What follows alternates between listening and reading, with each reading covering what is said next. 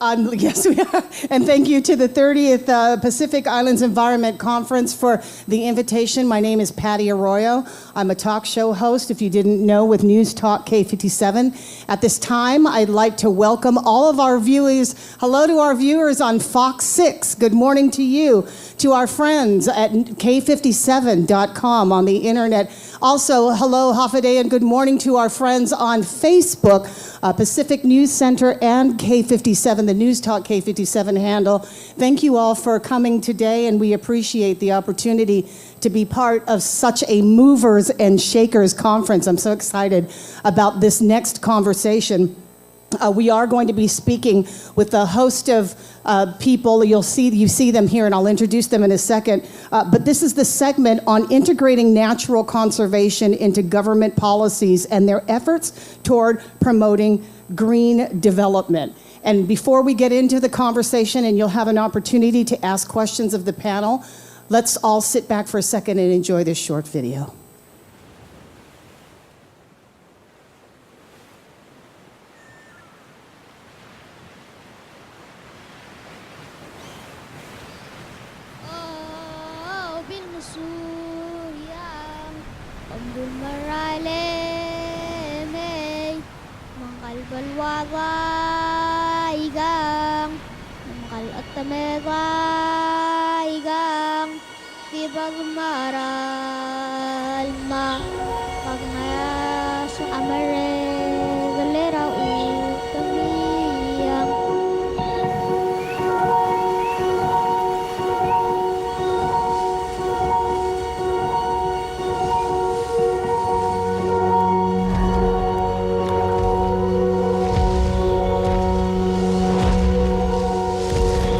One day, a giant came to visit our home. He stomped on our reefs, gobbled up our precious animals, took fruit from our gardens, even stuffed his pockets with turtle shells.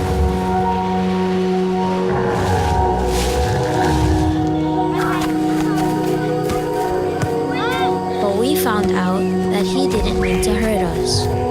He just didn't know his own strength. "Why won't you play with me?" he said. "We're happy to have you," we said. "Please understand, if you keep trampling, chasing, and snatching everything you love about our home and everything we love about it, we'll be gone, never to return."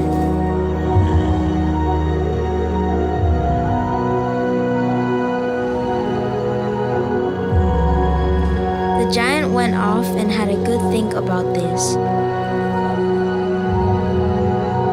And he finally said, "What can I do, children, to help you keep Palau beautiful?" From that moment, the children became friends with him. We took his hand and taught him how to take care of our island paradise. Touching, feeding, chasing, or taking away our wild animals is bad for our island, we told him. And you can't step on the coral. It's fragile, and if you break it, it takes years to grow again.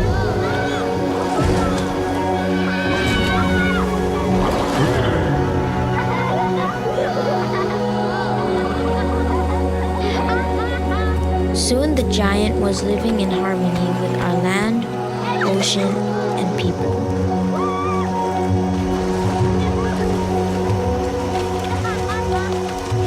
And he promised to us, the children, to be kind and gentle and think of our future. From that time, every footstep he made washed gently away with the tides.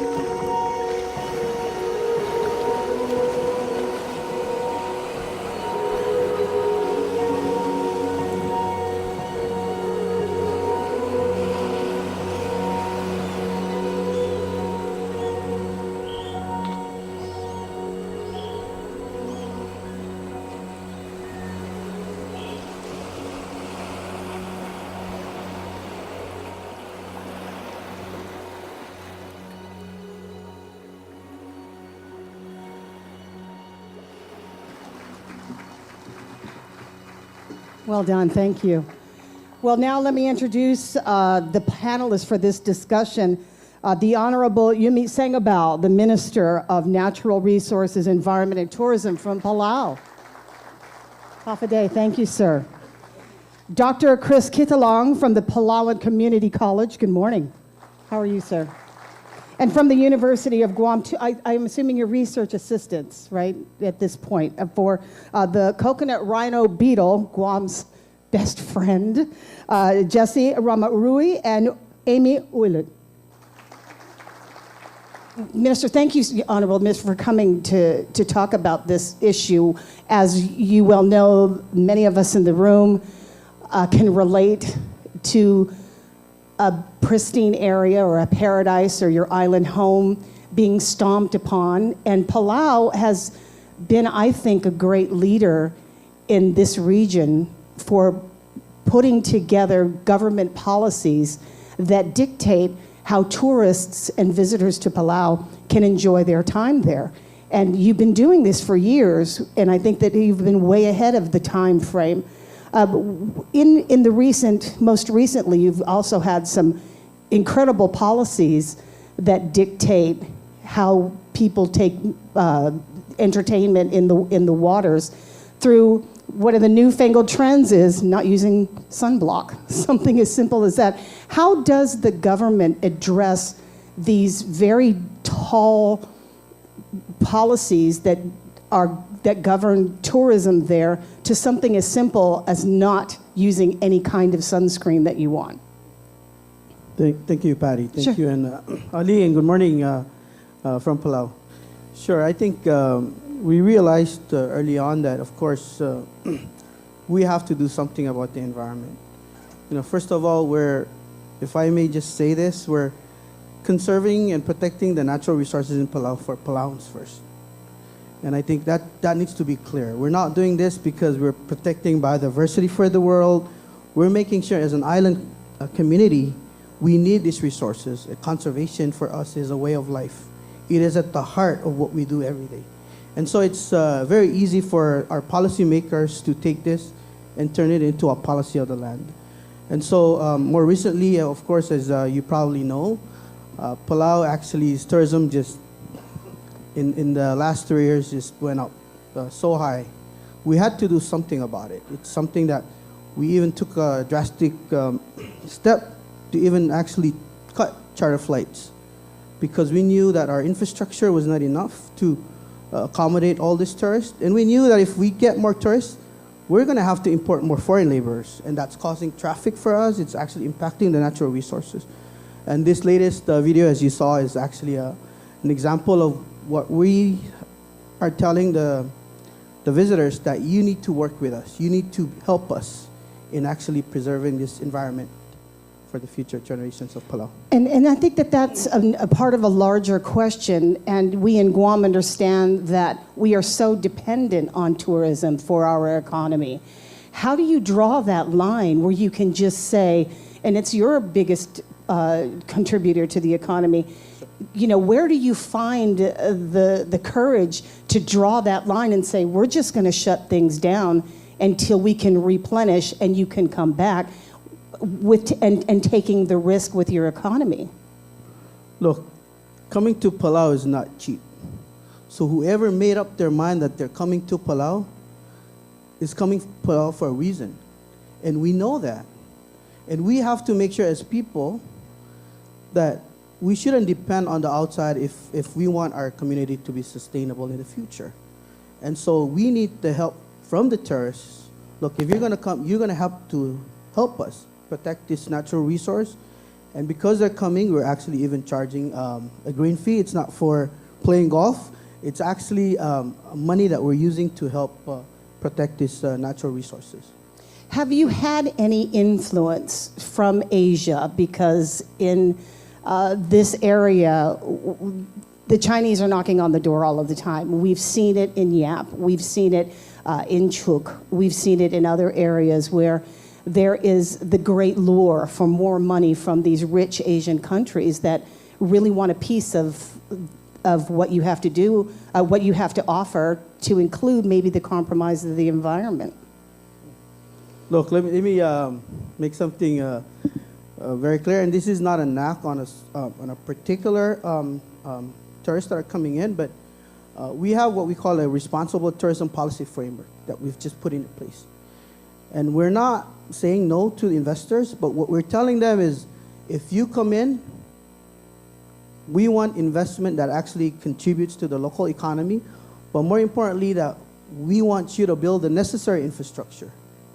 So the hotels that we're recently inviting, they would have to build their own sewer system. They would have to actually bring in the electricity and water so they can help the community build. Because if we're going to ask the national government to build all of those things, we could probably be years before we even do that. And so we're very careful in who we're inviting to Palau. And yes, there's pressure from China, but we've actually stepped forward and says, look, this is how we're going to do our economy for Palau. And if you don't want it, then you can go to somewhere else, you know. So the requirement is for you can go somewhere else. Boy, to be able to just say that, huh? You can go somewhere else. Only Palau, I think, can say that. But so you're saying that the requirement for investors who want to develop have to provide the infrastructure at their own expense, and it has to be drawn from natural energy? So what I'm saying is we want to encourage them to build in areas outside of Koror, meaning that if you're going to be building new hotels in what we call the Big Island, there's actually no water and electricity to those places. So we want them to actually invest in those infrastructure. By doing that, you can actually bring in the communities to utilize these infrastructures as well. Because we want people to move out to their communities, but we don't have the resources to build those infrastructures. So that's a policy that we've put in place, and we're encouraging those high-end investment to actually do that for Palau. We all share a very scary prospect in this region, and that is climate change. And I ask these questions whenever I speak to environmental leaders in the region about the politicizing of climate change and how to get over that hurdle when all of us in this room are studying what we have seen in places like the Marshall Islands, and where lands are becoming inundated because of the rising tides. And this this sort of migration that's happening to places like Guam, where people are seeking higher ground because they need to go someplace. And so what happens in the government is now we all get sort of tripped up on each other on how to support the new migration and how to support these communities that are falling underwater. What kind of national policies are you following to address climate change, even when a big stronghold like America and the current sitting president thinks it's a hoax? I think as an island ecosystem, Guam is, Palau is, and others in the Pacific, we need to be sustainable ourselves. So Palau has actually passed a legislation that by 2025, we're going to go 45% renewable. So all our energy needs will be 45% will be actually be renewable. This is something that we're doing right now, and we're hopefully right now we're actually soliciting bids from different companies, and if we're able to do that in the near future, we should be able to actually get this done actually even sooner than 2025.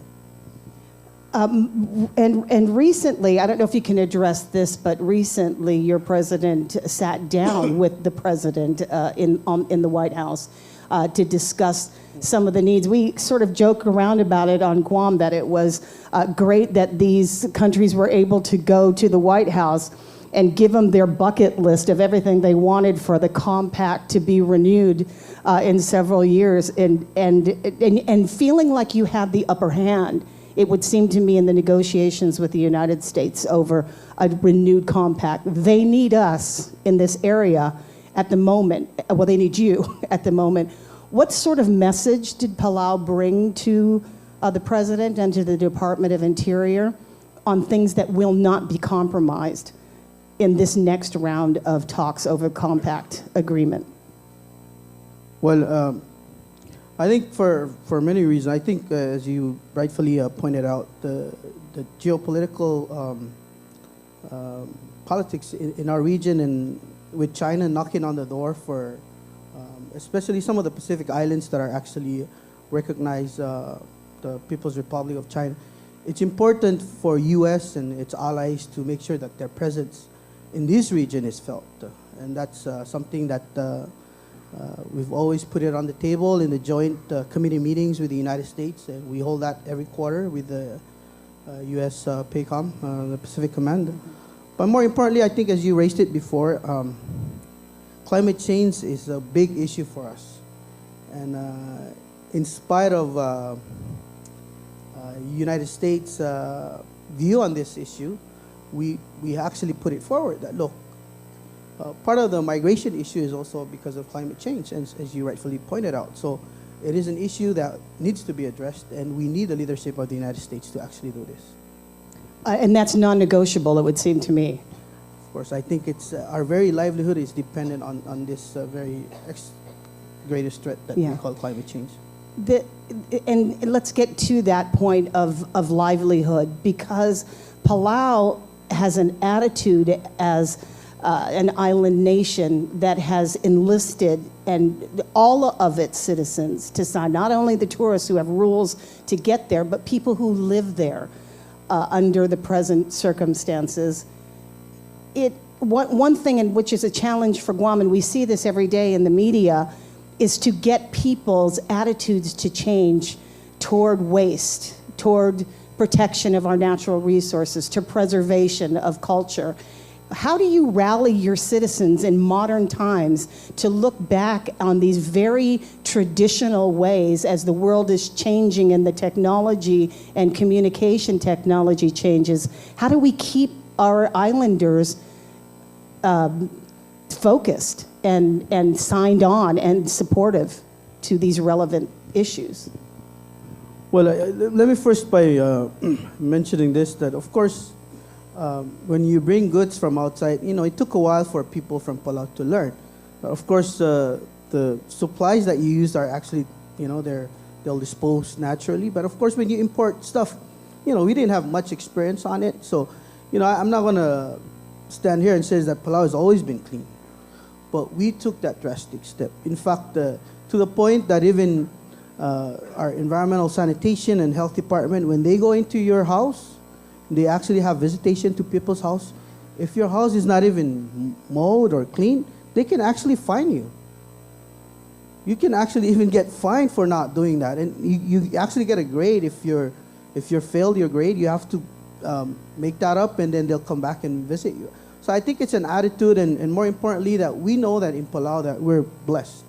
And that comes with responsibility. And that's something that it's ingrained in every Palauan, that we need to take care of this island for the next generation. Are these stiff penalties, stiff fines? Of course, it is like $25 first. Mm-hmm. Of course, they'll even go up to as high as $100 penalty. But people actually do it because they know that it's something that we need to do. It's become ingrained into the community. In fact, President Mangasao, when he actually ran in 2000, was actually the first person that actually put the environmental agenda on his political platform in 2000. If you run now and you don't have an environmental agenda on your platform, people will kind of look at you if you're kind of crazy or what. Yeah. This is so important for us. This is something that it's in you, that you can't really sort of separate from everything that you do on a daily basis. That makes sense, because most people who run for office are centered on the top three things, which is health, education, and public safety. Adding the fourth conduit, which is environment, is a platform that can be a solid one for any candidate. Well, the environment is what unites everything. Our economy is dependent on our environment. Our environmental security is based on making sure that the environment is protected. And so it's basically the environment is the foundation that ties everything together. I appreciate that. Does anybody have any questions? Fantastic. Anyone have any questions for Minister Sangabao? You're more than welcome. Don't be shy. If there's something that I did not ask that you want to cover, Senator, sure. Do you mind if I? Would you like to come here? Yeah, okay. Because I have to go up and down the stairs. Okay. Yeah.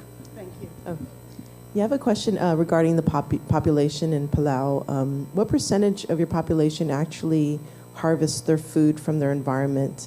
And I'm just wondering, because in Guam here, we purchase a lot of things in our stores, and if there's a correlation between our connection to our resource and the motivation to protect it. Sure. I would say 60% of our people are still harvesting their food. If they're not fishermen, they're actually still going to the taro patches. Of course, if you go to the rural communities, that's what they pretty much do on a daily basis.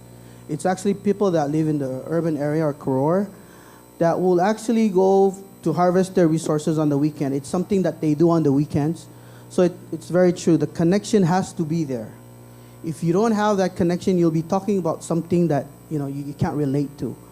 And I should also say this, Senator, that this coming year we're actually we'll be changing our science curriculum, and they'll all be teaching Palau things, because it's funny that we live in an island ecosystem, and the first thing you go when you go to school is you learn about tigers and elephants before you even learn of what's actually resources around you. And that's very important. You need to understand what the resources around you for you to care about them. And I think it's something that we should encourage. And I know there's been a lot of programs of taking people out to the field trip. That's really important. I think that's something that needs to be done more. And if I can just say this, Patty, we need to have more exchanges between Guam. I think Guam has to have more exchanges between Palau, FSM, and others. I know through these exchanges, we're going to learn from each other. And we need to find out what those bright spots are and share those. Because even in Guam, there's actually good programs that we can learn from. And we hope that when you come to Palau, you're going to learn something as well. And that, I think, is very important. That we need to do as an island ecosystem. I appreciate it. Anybody else have a question? I can, sure. Good morning. I'm Danya Rodriguez. I'm going to Palau this weekend, so I'm really excited. First time, so Roxanne, can't wait. You guys have a tourism fee, and I know you guys increased it. And if you could just talk a little bit about maybe some of the challenges you guys had when you implemented that. I know some of the other islands here are thinking about that, and maybe how much of it, where does it go in terms of protecting your natural resources? Sure, thank you. Yes, before we actually charged this fee, we actually took it out from our, so if you leave Palau, it became like a departure tax. There was we would say like it leaves a bad taste in people's visitors coming in, like, oh, I have to pay before I leave Palau. So we actually pushed in having it in the ticket. Of course, they pushed back. They said, you can't. I was like, well, this is Palau law. We're going to have to do it. So, if you can't implement it, I'm sorry, you can't be flying to Palau. So we actually have it in there right now. So if you actually buy your ticket, there's actually $100 that's built into that, and that's actually going to Palau. Of course, a lot of that money has to go back into the maintenance of the airport and everything. But I think it's $35 right now. That's actually going to fund our conservation effort, but also for the sewer and water system. And the reason we're doing that is because we have a lot of visitors that are coming in. In fact, Palau is one of the highest in terms of the ratio of visitors to the local population. Number one is Vatican, if you didn't know that, and then Bahamas, and then Palau. And it's because the ratio is so high that we know that the impact from the tourists on our infrastructure is we need to get the money from them and put it back into the infrastructure upgrades. Anyone have another question? Jackie?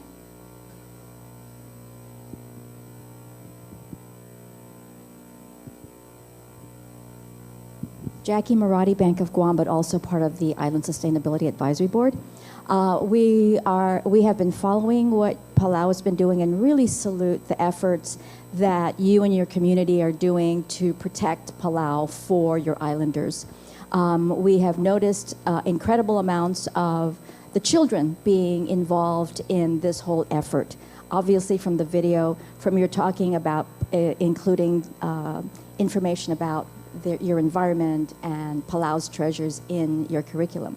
But can you talk a little bit as well about how all of this ultimately, the protecting of the environment ultimately benefits the people of Palau and how they continue to prosper as a result of all these opportunities? Sure.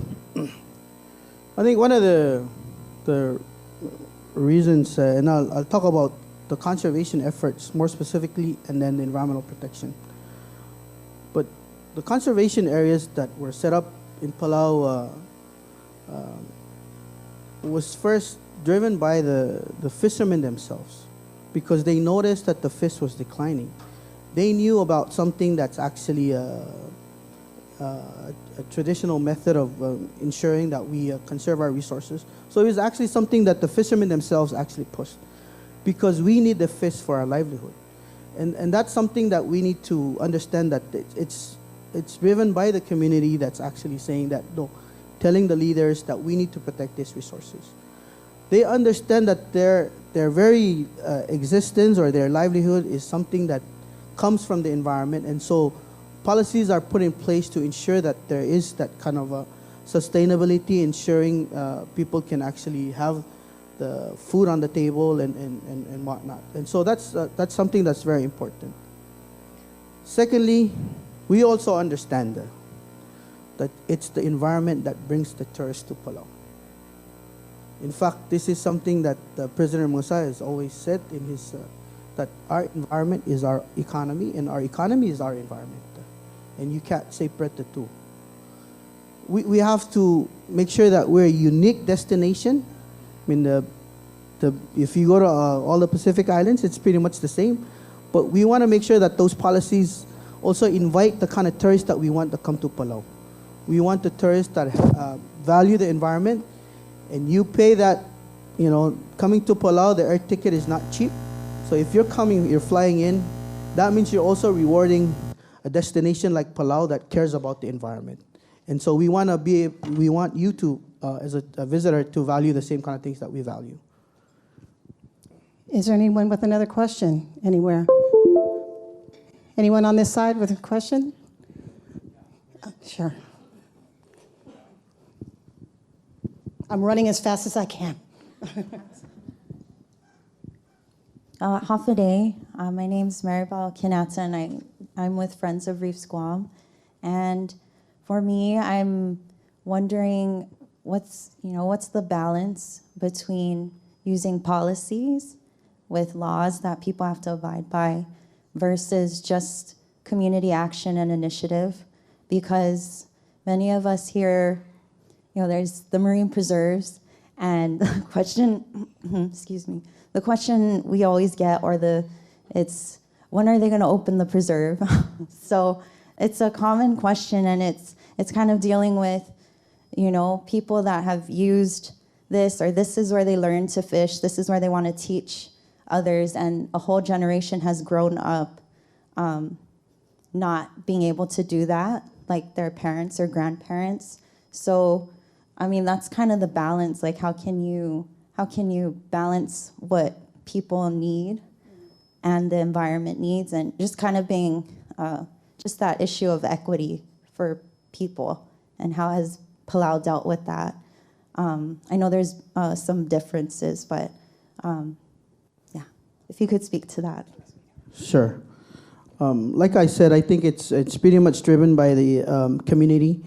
But I have to be very honest with you as well. There's fishermen that actually depend on selling their fish for their livelihoods.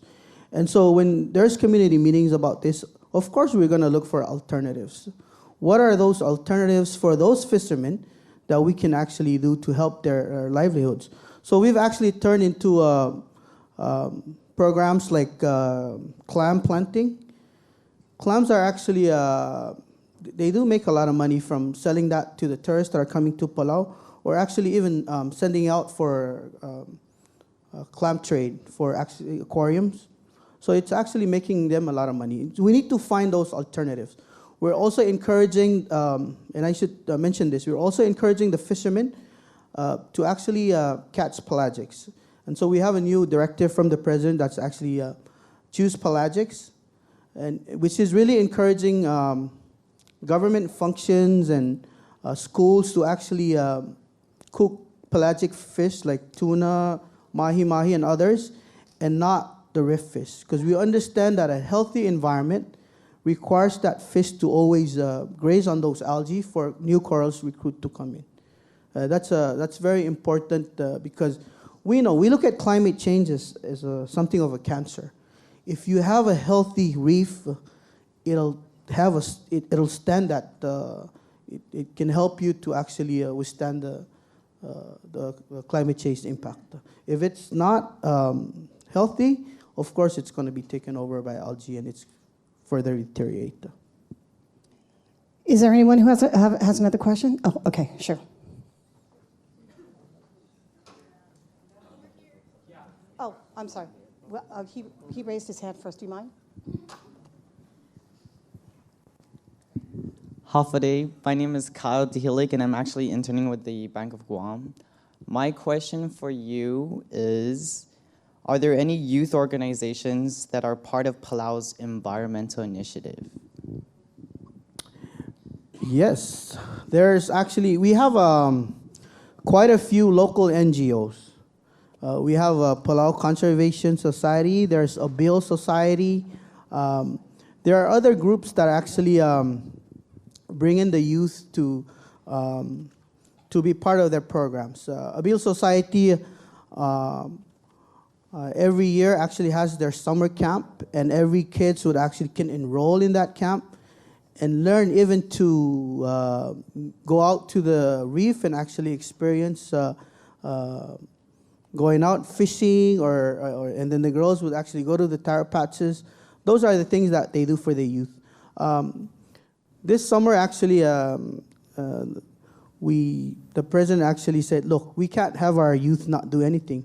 So if you go to Palau right now, they're actually out in the streets helping the public works, and the director of public works is here, so you can ask him too.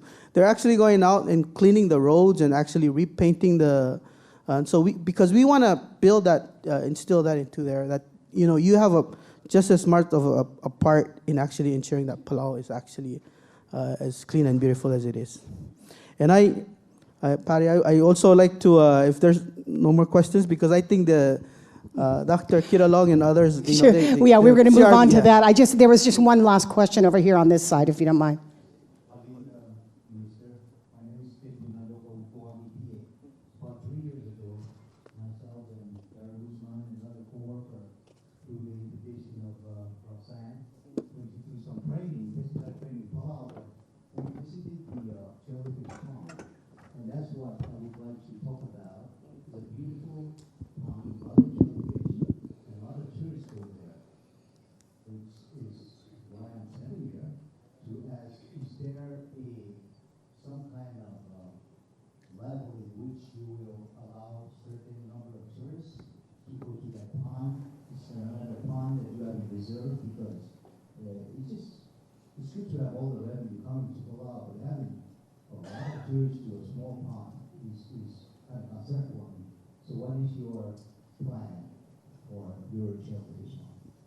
Sure, and thank you for asking that question. In 1998, we had a bleaching event, and it pretty much wiped out that population. Of course, it came back.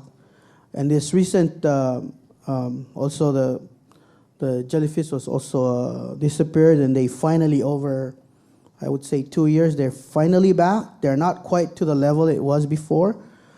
But this is, and I should say that this is something that we're working with the state of Koror. Of course, we have the national jurisdiction of managing those resources, but it's actually a state-owned resources.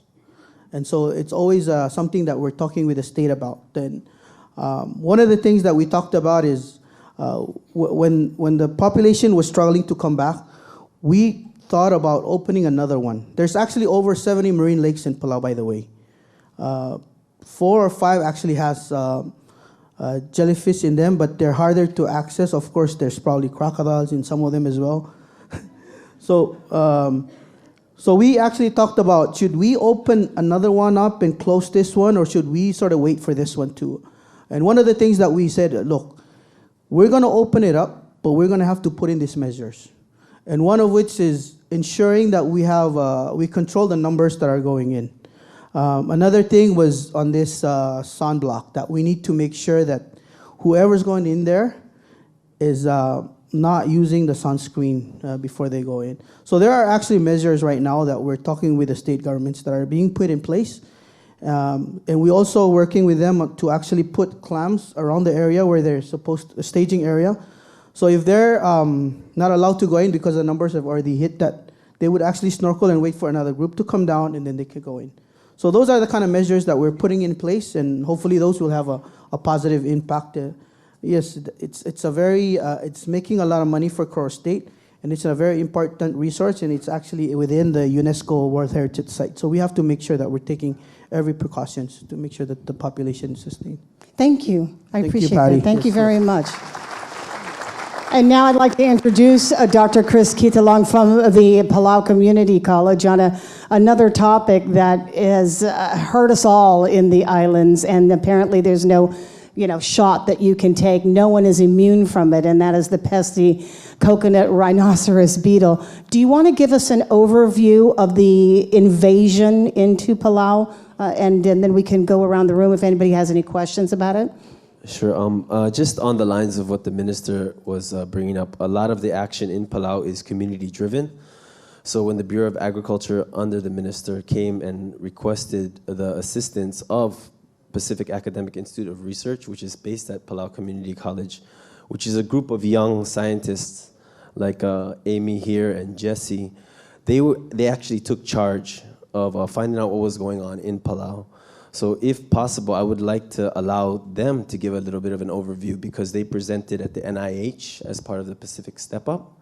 So if they, of course they're gonna be nervous, I'm nervous too, everybody is. But it really gives them the impetus, because they did all the work. And that's really what I wanna say, that the effort was from the community, as the minister was mentioning, because these are programs that are brought up through the ministry as well. Sure, absolutely. Okay. Jesse, it's all you, man. Okay. Hello, everyone. So my name is Jesse, and I'm in the Step Up program in PCC under Dr. Christopher Kiralang. And over the past 3 years, we've been working on the field to figure out this problem called CRB, coconut rhinoceros beetles, and its damages on our coconuts of our island. So what we first did in this project was we wanted to see the damage of the coconut rhinoceros beetles on our coconuts, and we wanted to compare the damage of every year to see if it's decreasing or if it's increasing. So we would compare our data results from all the way back to 2016 until now. And so what we would do is we would go to the field and we mark sites, the GPS location of the sites. And every year we would go to these sites and record, do assessments of the trees in those areas. And we scale them on a scale of 0 to 4, based on the damage, with 0 being unharmed and 4 being dead. And we do this to we do this to look at the damages. As when we see the damages on the leaves of the coconut trees, it's qualitative. It's qualitative. So what we would do is rate it on 1 to 4, and that would give us a quantitative data. And that we would put into like spreadsheets and compare those data from every year that we would go out and collect these assessments from the sites that we would visit. So another thing we do on the field is we would set traps. There are specialized traps for this coconut rhinoceros beetle. And that is what we use to catch the adult samples. And those we bring to the lab, and we would dissect them and then extract the DNA. And with the DNA, we would run it through a process called PCR to break down the DNA, and then we would look to determine the biotype of the CRB and if it's infected with this virus called the nudie virus. And it's a new discovery that we have learned about in this project as we have conducted it. And talk to me about this newly discovered virus and what was the impact of this virus? Yeah. This is your field trip. Oh, yeah. He knows it. He's just a little nervous. It's okay. So as you guys probably know, there's a special Guam type that has been floating around, and from our research, it's probably not from Guam. Probably came from the Philippines or somewhere else. But we're working with Roland and other people around the world. But what we found is that in Palau we had that type, but it was infected with the virus. So this was discovered in 2016, as he mentioned, with the students, but people didn't really believe that we had it. So that was the discovery that was made. Did it have the same impact as it did on the devastation of the of the coconut trees on Guam? Yeah, Guam versus Palau.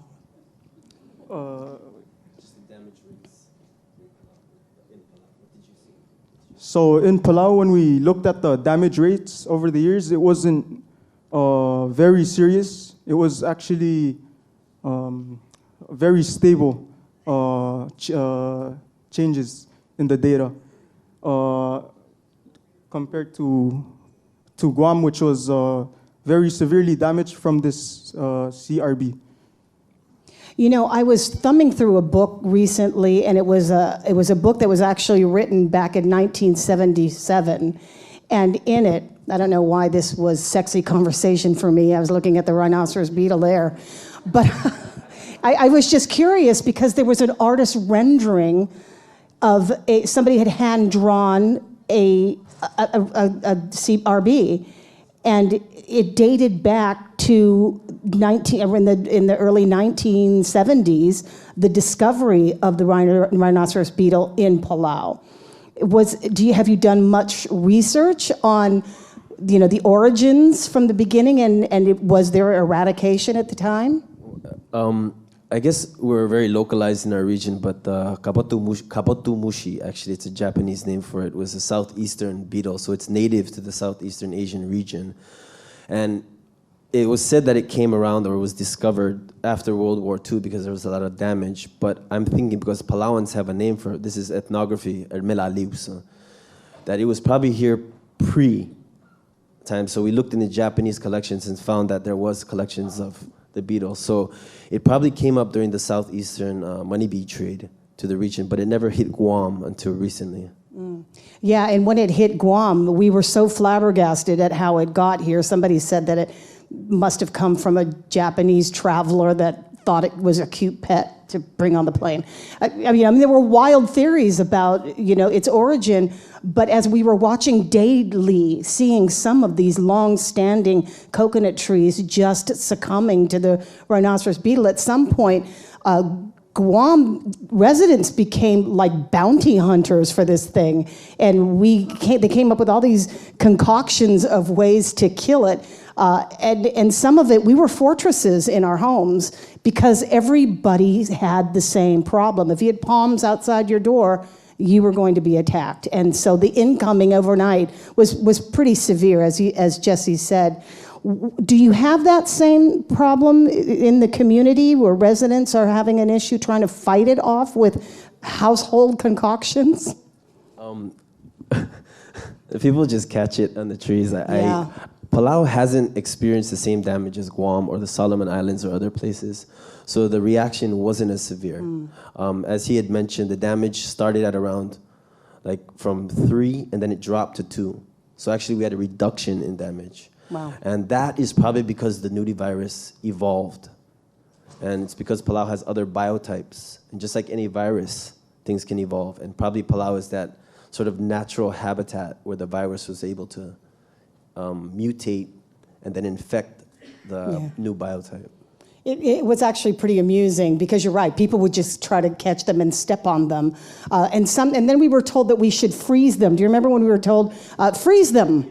And so we'd freeze them, and then they'd thaw out after we took them, and they would revive. It was that. Or then they started dive bombing into. They were like kamikaze pilots. Have you ever seen that behavior? They dive bomb into drawn by the lights, outdoor lights. So people were changing all of their lighting because it was attracting. They would just fly head on into a concrete wall. And then it was not unusual to see them laying on their backs, waiting to be turned over. And we'd walk by them saying, good luck with turning over. Jesse, did you see any of these kind of similar behaviors of them, trying to infiltrate, did your research show that it was pretty contained? Well, it's been kind of the same over the years, like the amount, I would say, of the CRB that we would see usually, and it's not really, it's not as big, I would say, and it's like. Yeah, what did you use to attract them in your research? So what we would do to catch the CRB, we're using these specialized traps, and the traps use a lure using pheromones. And what that does is it attracts the male beetles into the trap, and that's how we would get the samples. Adult samples. Yeah. Well, this conversation cannot be completed if we don't tap into Amy's intelligence here. You're being graded. Is there anything that you wanted to add to the conversation on your own research that you have done? Amy, everyone. Good morning, everybody. I'm only Jesse's research assistant throughout the project. So he led the project, and one thing I noticed when I came to Guam for school, I was driving we were coming from the airport to my school, and I was like, what happened to all the palm trees? I was like, man. And then I remembered having this conversation with Dr. Chris Kilalong and Dr. Yoel Miles about their experience, their project here in Guam, and they were telling me of like how bad these trees were here in Guam, how badly affected they are from by these coconut rhinoceros beetles, and I saw it immediately, like day one here in Guam, and I really hope that we'll continue this project here and reach out here and work together. Thank you, Amy. Dr. Christie, you wanted to just round out the conversation on this? So Amy and them were involved in going to each state in Palau, doing, I think you had a solid waste discussion here. So in Palau, in order to drive the new landfill, Amy was actually doing interviews with all people in Imelig and throughout Palau on how to get the solid waste facility into the socioeconomic study. And during that process, she was going with the team to do the assessments as well. And this was all student-driven. So it was, the great thing about what she just said is that she realized it immediately, which is a huge issue, is understanding and having awareness within the youth of the issues that are going around. And that's kind of what was driven, as the minister said, from a community level up towards the scientific level and making it palatable for the population. And that's kind of, I guess, what the ministry has been pushing and that we have been helping with to relate it down to the community level and make it relevant. So I know there's been efforts in Guam and all throughout the region on this project, and we hope to continue working with Roland, Aubrey, and people throughout the community to try to address the need, because we know Guam is probably one of the most seriously affected places, and it comes out when Amy mentioned. She drove on and realized, wow, where are all the trees? And she's gonna try to carry it on with her research with Aubrey and them, and hopefully Jesse, to help probably bring over the nudie virus if possible. I don't know how quarantine is here, but I'm sure the minister can help arrange that. Well, this concludes this discussion. I hope that this was meaningful to all of you. I want to thank you, the Honorable Sengabao. Thank you so much for joining us today. Dr. Chris Kithalong from the Palau Community College. There's Jesse Ramarui, and of course there's Amy Unich. Nice to have met you all. Thank you very much. Today I'm here to talk about one of the options that we came up with for municipal solid waste and construction and demolition debris on the islands and of course in America and around the world. The biggest problem that we run into is, every day hundreds of thousands of tons of trash is collected and put into landfills around the world. On the islands it's a big problem because you've only got so much space. The biggest issue is what do we do? A lot of people try and, some people try and burn it. Can't do that, right? It's not environmentally friendly.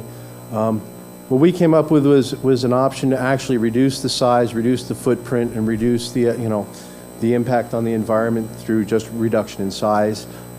We also have options of separating different types of trash and finding the renewables that are in it, as well as the compostable material, and even some of the metal that gets put in it as well for recycling metal. So what I'm going to talk about, excuse me. On a horizontal grinder, basically, for those of you who don't know, they were originally designed for doing wood waste and taking the wood waste from the forestry programs and turning it into a renewable resource. LMS is our representative here in Guam, and they have one of our machines where they are taking all the green waste that is put into play, grinding it up and making mulch and compost for landscaping as well as gardening and everything else. So basically, you take the wood waste, you put it in the machine, it grinds it up with a high-speed rotor that has hammers and teeth on it that actually grind the stuff and push it through screens to reduce the size, and then discharges it out. The machines can produce, depending on the size, up to 600 yards an hour of production for our largest machines, and about 200 yards for our smallest machines. So with that, that's fine and dandy, but then people kept coming to us, well, what do we do, what can you do for us for the municipal solid waste, the construction and demolition, like the hurricane debris and stuff like that around the world. And also railroad ties in a lot of places is a big problem, because what do you do with creosote soap railroad ties? The turning of them into, a lot of that stuff's going into like biofuel. Yeah, that's fine. This is just an intro to it. Renewable energy is a big issue around the world. So what we did when we designed our basic horizontal grinders,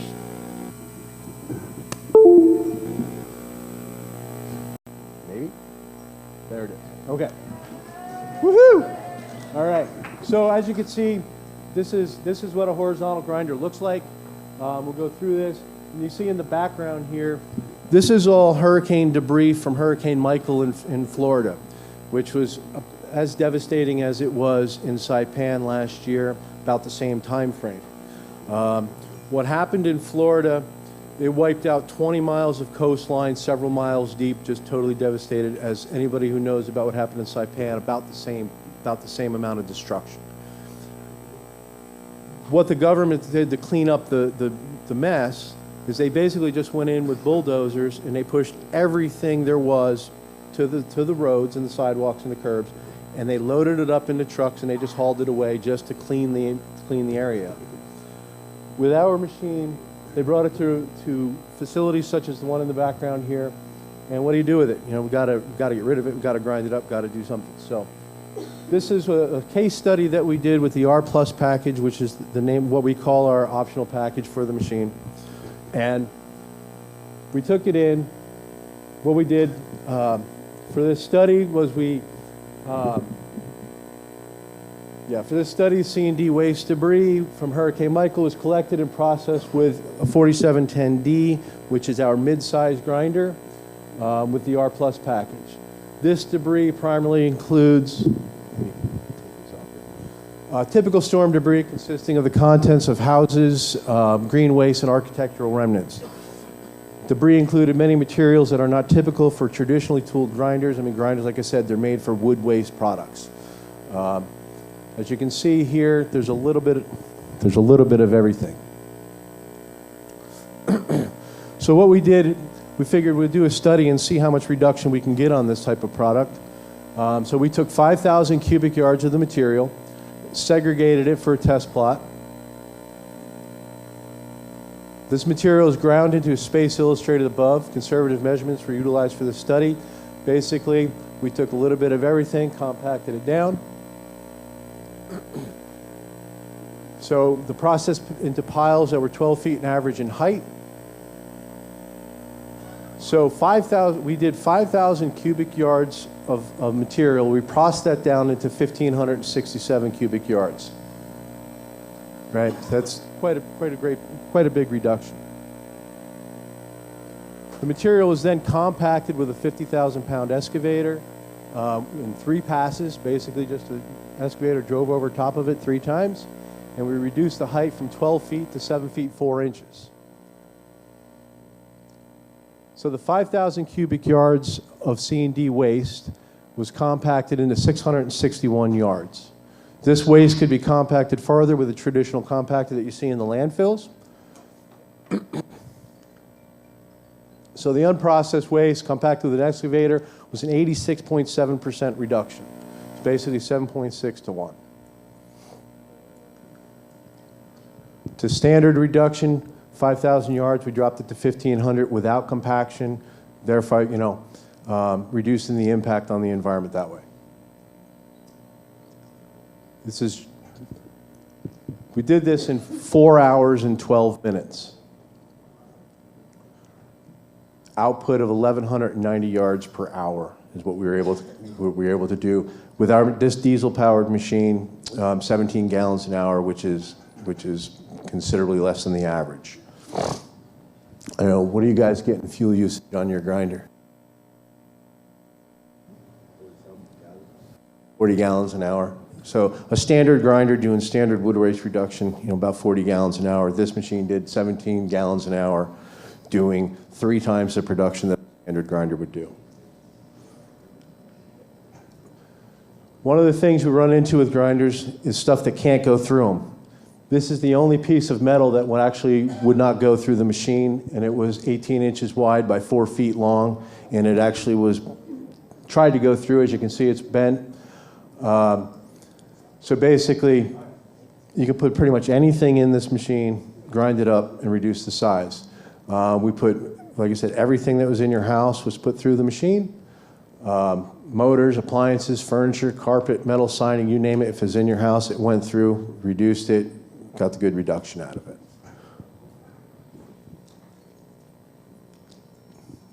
Any questions on that? Apologize for being a little off. Yes, sir. When you said appliances, what types of appliances are you putting through the machine? Does that include white goods? That includes everything you would find in your house, from refrigerators to porcelain appliances, toilets, everything. Because like I said, what they did, they went in with the bulldozers and they pushed everything to the curb. So there was chain link fence, whole yards, put into the machine. There was, from beds to furniture, housing furniture, to refrigerators, dishwashers, toilets, showers, the whole thing, everything went through the machine. Plumbing, boom, through it. And one of the other thing that's with these machines is there's other options that go with them. This is part of it. There's actually crossbelt magnet options that you can put on the back to actually remove the metal on the discharge side. We've also have a couple things. Once you get it to this point, well, you can do more with it. You can separate it with a screen, a trommel screen, and then we also have wind sifters who will actually take plastic out which is plastic is probably one of the biggest contaminants that everybody's facing around the world. But then once you get it reduced down to size, the wind sifters just suck it out and put it into a different pile off to the side, then you could do something else with it. Any other questions? Yes, sir. Did you screen for hazardous materials? Actually, no. It was like I said, everything was pushed in to the pile, and it was taken to the landfills and ground up. Well, actually, let me rephrase that. It was taken to these sites, which were not actual landfills. They were designated areas for grinding that stuff.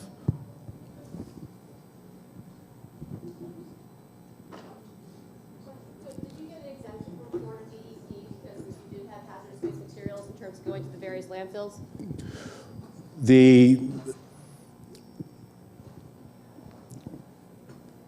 This would have been directed from FEMA, so everything would have been, squared away.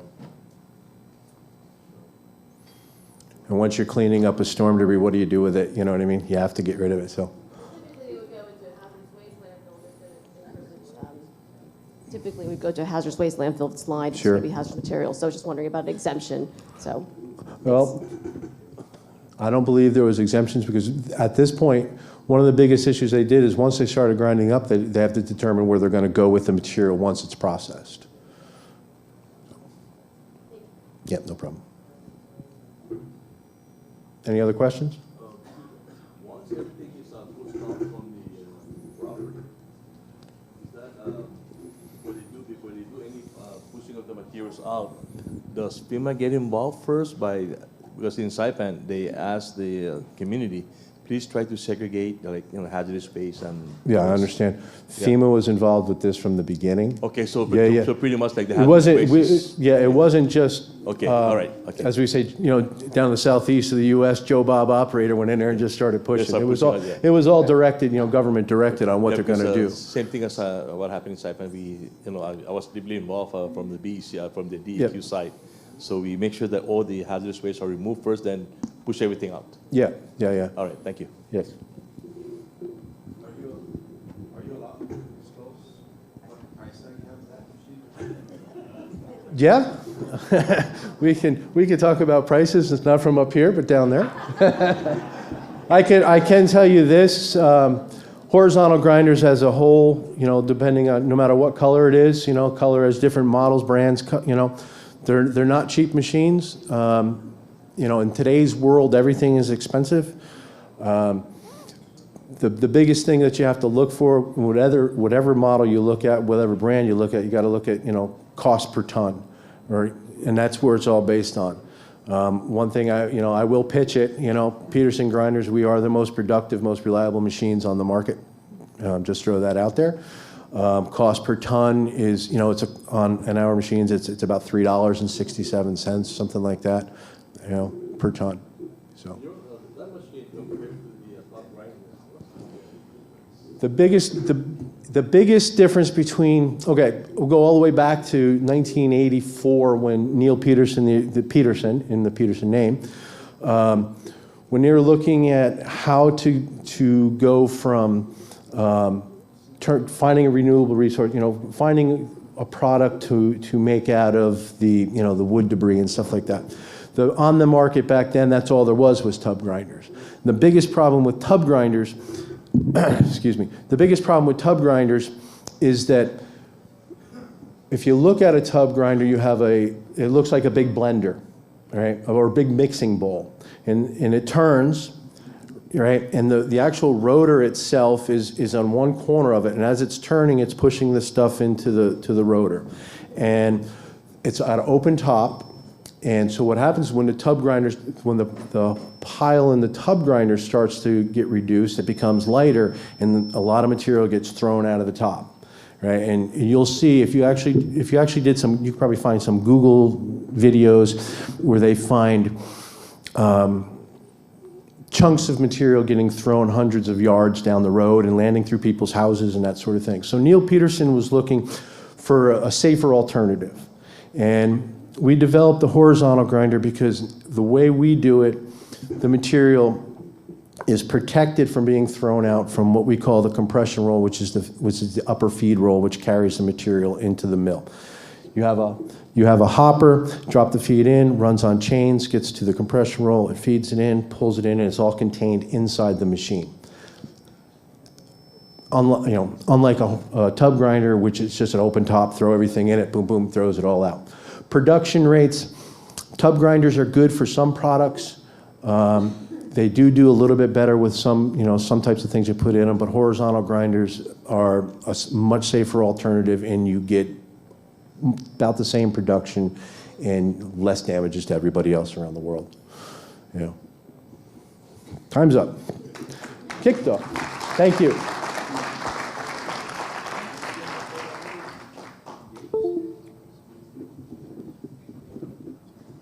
Half a day. Sorry for the delays. Technical difficulties are my specialty. I'm Timony Hood with the Environmental Protection Agency in the Region 9 office in San Francisco. I want to welcome you and say that it's great to be here with so many Pacific Islands zero waste leaders. I'm just so impressed and thrilled to learn about your work and appreciate it so greatly. It's also wonderful to have so many elected officials here. And in particular, we're honored to have the Acting Lieutenant Governor, Tina Rose Munya Barnes, with us for this session to share her insights. And now I would like to say there has never been a better time to be working on zero waste actions and policies than right now. And I know many of you are in that process, and it's going to be sharing with you some folks who are right on the front lines of that work. So we're going to start with our speaker who has the best carbon footprint. Joining us from Oregon is Andrew Shackman. He is a food waste prevention advocate and founder CEO of Lean Path. For the past 15 years, he has evangelized on the importance of eliminating food waste, and he's done more than evangelize.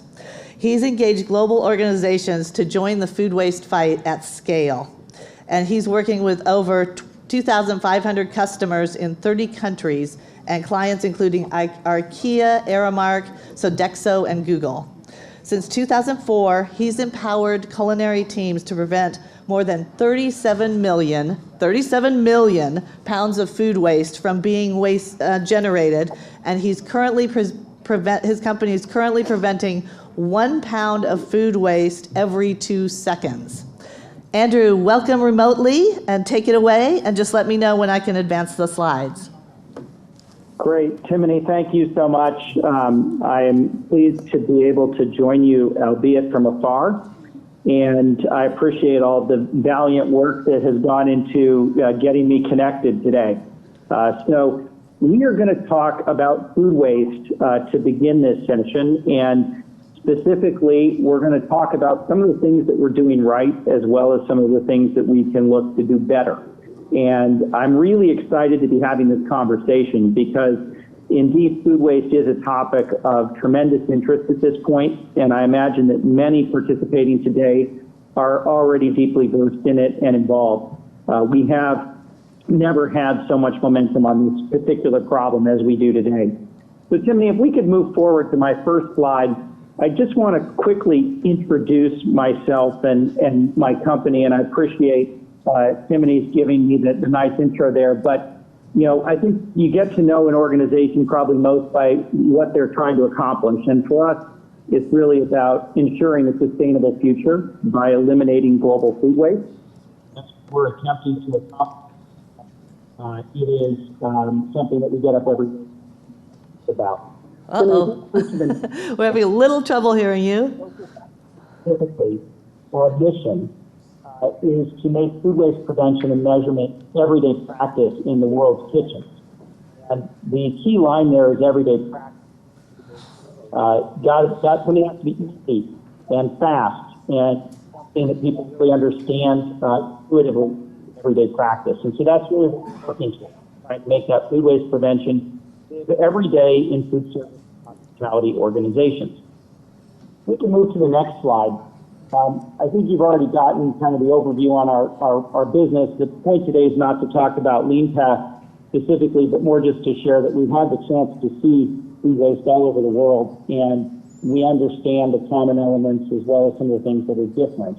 And so we'll go ahead and just advance right through the slides that show where we have offices, and we'll come right to the updated impact slide. And you heard in my intro that we had reduced 37 million pounds, and I'm happy to say that at this point it's 40 million. So we're continuing to work every single day to try to reduce waste. So that's just a bit of my perspective and where I come from. And now I'm going to jump in, if we just move forward to the slide that describes the food waste crisis.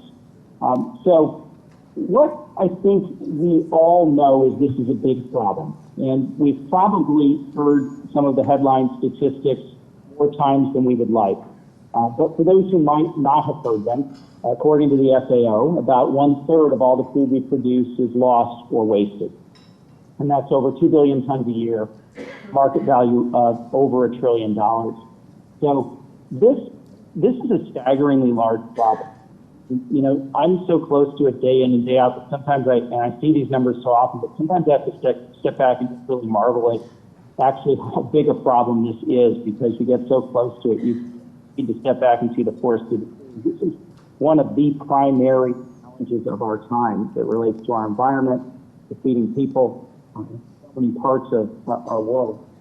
Interestingly, if you were to look at the greenhouse gas emissions associated with food waste, it would rank as the third largest emitter of greenhouse gas emissions after the U.S. and China. So this is very much a climate challenge. It is a health and hunger and food security challenge. It's a financial challenge, and we'll talk about all of that. So I've advanced to the slide that has a picture of some hands holding a box of food. And hopefully everyone's able to sort of keep up with me there on the slide. So one of the things that I think is really interesting about food waste is that it's a nexus issue.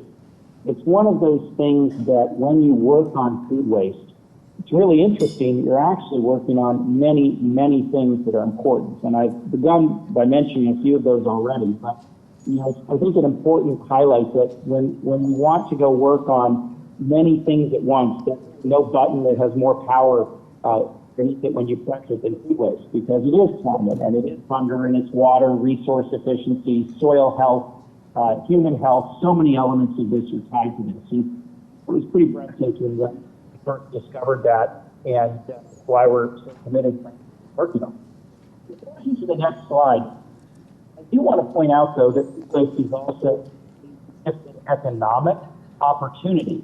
And their business case for organizations to work with food waste. There's, of course, the cost that is discarded.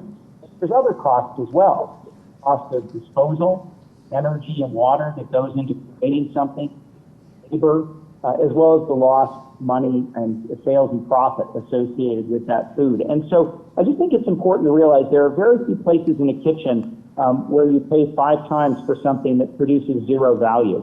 And so this is one of those great moments where we have a nexus issue that matters to the world. It also happens to have great financial consequence for people who choose to fix it. And so it's hard to argue that this isn't worth people's time and attention. I'm advancing to the next slide, and I want to focus just for a moment specifically on the U.S. and some statistics here.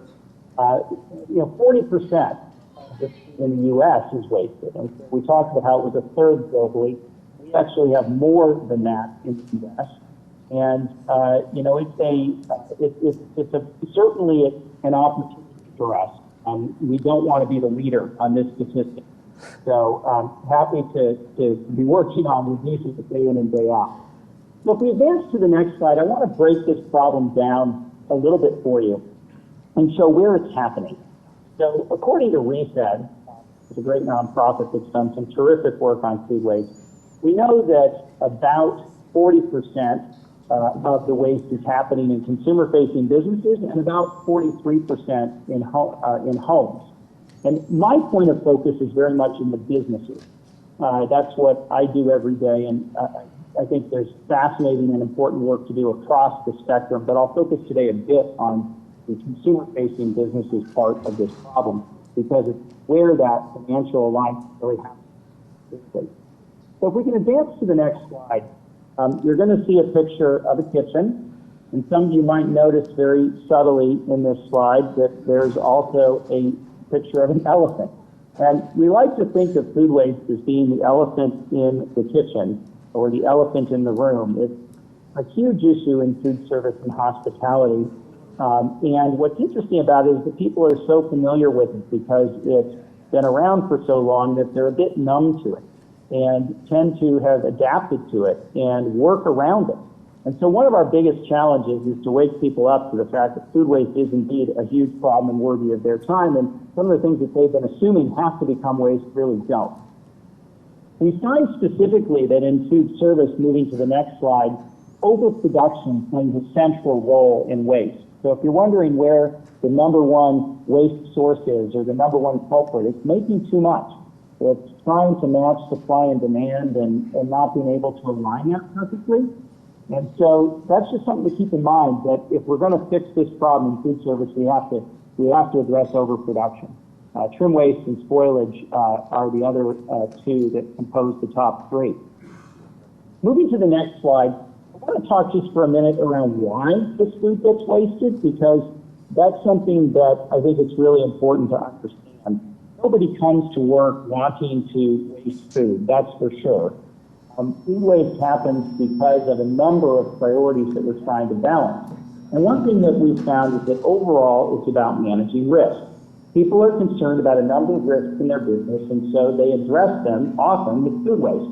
So the risk of running out we address through overproduction. Of course, we worry about food safety, as well we should. But often we throw away food that we know is perfectly good. And there's an old saying, if in doubt, throw it out. And I think that saying is hopefully reaching the end of its useful time, and we need to actually get clearer about what needs to be thrown out. We over-merchandise because we are wanting to put beautiful and bountiful food displays out so that people will want to purchase or take that food. And we know very well that much of that display will never be eaten. Sometimes we focus on trying to reduce the risk of rising labor costs, and we do that by making a lot of food in advance and stockpiling it, which then often goes bad. And there's a good number of other reasons why we waste food. I'm not going to go through all of them today, but what I want you to take away is that there's a through line here, a general theme, which is that people manage risk by wasting food. And we need to get people to think of this food waste not as a free way to manage risk. It's actually a very expensive one. Now, to move forward, I'm going to turn now from the scope of the problem to talk just quickly about what's going on in the fight against in food service. We're having trouble with the audio. Are you still there? Okay. I'm here. Okay, I think that's better. Keep going. Okay, how long did I lose you? Did I lose you for how long? We're on what's going well in the fight against food waste. Great. Okay, great. Hopefully we didn't lose too much there. So I want to turn my attention from the scope of the problem to talk about what's going well. And so we'll move to the next slide. So the first thing is that there is a ton that's happening that's wonderful. And as I know many of you in the room know, we've got the Sustainable Development Goal 12.3, which focuses specifically on reducing food waste. And that's a huge thing to have an international goal. We, of course, also have the U.S. goals through the partnership of EPA and USDA and FDA. So we're all working towards a 50% reduction in food waste, and that's a huge call to action.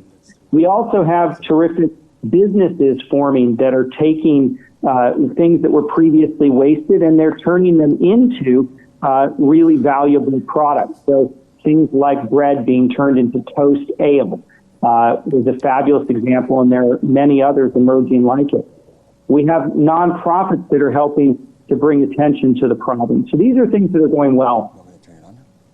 If we advance to the next slide, we also, of course, have great attention going towards getting consumers to think about this. We have the Ad Council program that NRDC has done. We've got movies being made around this. It's, you know, these are all wonderful things. And advancing, one more slide, we also have the arrival of capital on the scene, where we now have incubators that are focusing specifically on food waste.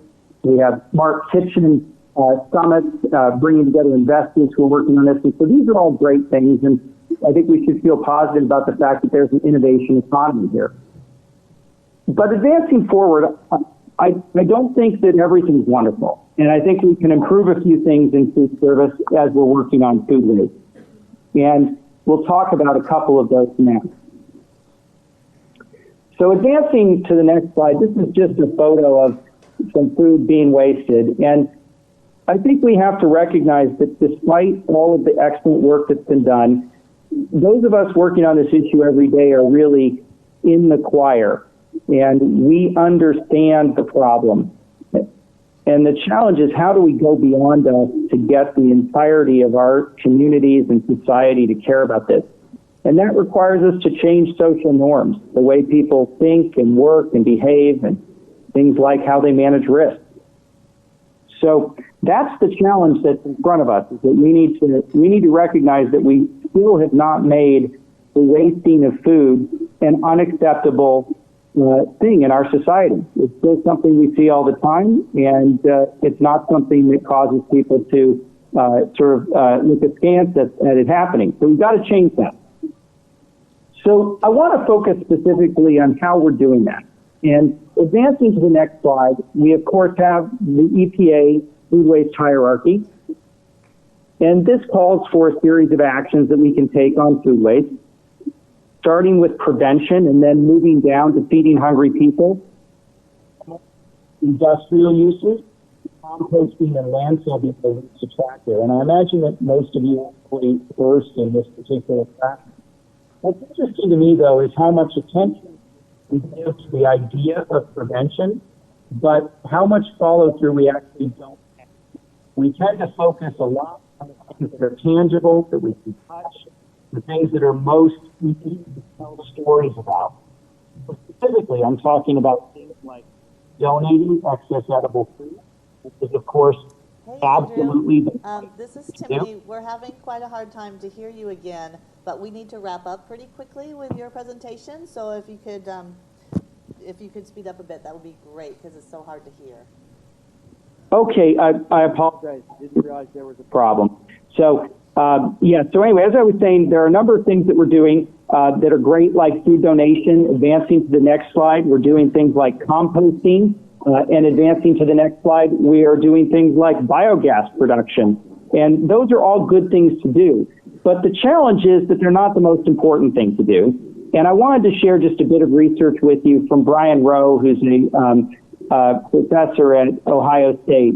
And it's just a fascinating study. And Timothy, if we advance to the slide that has some graphs on it, I'll just quickly tell you about this. So basically, we have a study that was done of a group of people. The first group was brought in and given a free lunch and allowed to eat as much as they wanted, and they measured how much they wasted per person. The second group was brought in and educated on food waste, also given as much as they wanted to eat, and they measured how much they wasted per person. And what you see is it went down 77%. Now, what's fascinating is that the third group came in and got the exact same education on food waste, but they were told that their food would be composted. And guess what? They bounced right back up to the same amount of food waste as the people who started and hadn't heard anything about the problem. So I think we just have to be aware that there's a finite pool of worry, that we need to focus people on prevention, and that when we promote some of the other aspects of the hierarchy, we may inadvertently give people permission to not worry about how much they're wasting.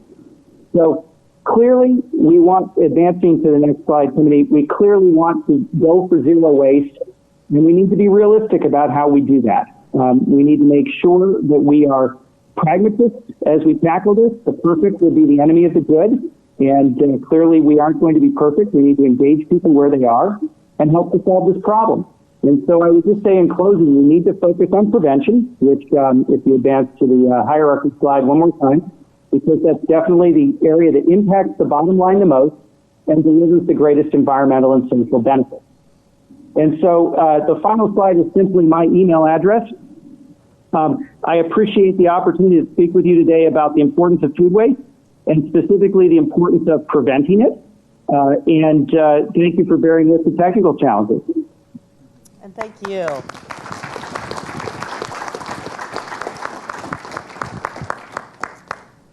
That was great, Andrew, and it's just so helpful to have that data to back up what we're interested in. That's what Lean Path is. So next, we're really fortunate to have Ruth Abbey with us. She is the president of Zero Waste USA and one of the founders, which is a national affiliate of the Zero Waste International Alliance. These are two great organizations if you're looking for resources related to zero waste. She has over 25 years of experience in preventing waste, recycling, composting, and developing facilities to support those aims. And she's also the principal of Ruth Abbey and Associates, LLC, where she works with local governments across the nation to address zero waste. And finally, she's one of the folks who's been helping to support the development of this conference. So much appreciated, all of Ruth's work. She's based in Northern California in the San Francisco Bay Area. And welcome, Ruth. Thank you so much, Timothy. I just wanted to say that I have the opportunity to go to a lot of conferences, and I'm just so impressed and pleased at the quality of the content and everything about the organization of this conference. All credit goes to Guam Gov and to their team. And I'm pleased to be a little bit in the background, but I was just so really impressed to be here. So I'm going to talk to you about styrofoam and single-use plastic bans. And then if your appetite is whetted a little bit and you want more about plastics, Paul Martinson and I are going to be speaking later on this afternoon, doing a little bit of a deeper dive, and we're going to want to get your help in coming up with some of the solutions. But I'm going to give you a little bit of an overview. So this is the problem. This is our styrofoam, and those of you from Hawaii, you will recognize it as the plate lunch. And you know, we love this, it's emblematic, but this is going away. And it's going away because we're realizing more and more of the impacts of plastics in our lives. Why do we focus on styrofoam? Styrofoam is actually a trademark name. We're supposed to call it extended poly foam, but we kind of use styrofoam as the generic, just like Kleenex or anything else. But why do we focus on styrofoam? We focus on it because it's great stuff, really. I mean, it does its job. It's lightweight, it keeps food hot or cold, and it's cheap. And that's maybe the number one thing, it's super cheap. And so it's very prevalent in our restaurants and our takeout establishments. But there are really big problems with styrofoam. It's persistent in the environment, as you know. It's difficult to recycle. It can feasibly be recycled, but it's difficult to recycle. And we have health concerns about styrofoam and other plastics. I have a little bit of a history on styrofoam bans because back in the late 1980s, I had an internship with council member Nancy Skinner, who was on the city council of the city of Berkeley in California, which passed the first styrofoam ban in 1988. Nancy Skinner is now our state senator, and she is a co-author of a bill, Senate Bill 54, which will help the state of California reduce single-use plastic. So it's very exciting, 30 years on, she is still working on this issue. But in 1988, because Berkeley was the first, it was an innovative opportunity. They worked with McDonald's and with Burger King, and across the United States, across the world, styrofoam was reduced because of that ban in 1988 from the city of Berkeley. Now here's a picture of all the styrofoam bans all over the world. There are 55 countries that have styrofoam bans. There are 667 cities in the US that have styrofoam bans. And we just have this year 3 states that have passed styrofoam bans, including Maine, Vermont, and Maryland. So that's really exciting. We're making a lot of progress. But styrofoam isn't our only problem. Plastic is prevalent through all our lifestyles. We use it for everything. And if you've ever tried, has anybody ever tried to do plastic-free July and actually go absolutely plastic-free? I know you've tried it, Timony. It is really hard. It's really hard to go plastic-free because it's all around us. If you walk into a supermarket, everything is enrobed in plastic. Anywhere you go, it's plastic is all around us because it's cheap, it's easy, it serves a useful purpose, but it also has these really bad impacts, such as persistent in the environment, difficult to recycle, and we have health concerns about it. The health concerns of plastic are kind of a new research area, and we have scientists and toxicologists that have been taking a deeper dive into this subject because it turns out that there are endocrine disruptors and carcinogenic chemicals and things that are very harmful to us that are in the production of plastic and the use of plastic. And according to this new study that was just released this spring, it's called Plastic and Health, the Hidden Cost of Plastic Planet, was spearheaded by the Center for International Environmental Law. And they did a massive research study and found out that plastic is a global health crisis that's hiding in plain sight just because it is so prevalent.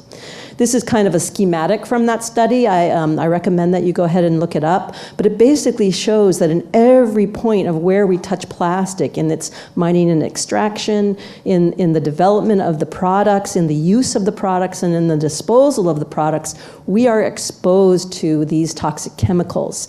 And whereas we used to think these were pretty benign, it turns out not so much. And so a lot of the health impacts that we are feeling, and we don't know the reason for them, issues around estrogen in boys and other kinds of problems that we're facing, a lot of them are through the exposure of these chemicals, some of which are in plastic. But plastic isn't the only thing that's harmful. We had the opportunity to participate in a worldwide conference called Unwrapped this last month, and it was really, scary because it turns out even something like a bread bag that you might take your baguette home in has toxic chemicals on it because it has things like fluorinated compounds. And there will be a topic this afternoon talking about PFAS and the prevalence of PFAS in our environment. And these fluorinated compounds are like Teflon compounds. They coat the products, like the bread bags, to make them more slippery so you can get your donuts or your bread in and out. So it turns out the safest thing to do with bread is take that baguette, put it under your arm, and ride your bicycle with your beret. But why do we focus on PFAS? Well, you'll learn more this afternoon if you go to the PFAS meeting, but it does keep the plates from sticking together, but guess what? It's also persistent in the environment, difficult to recycle or compost, and we have very grave health concerns around PFAS.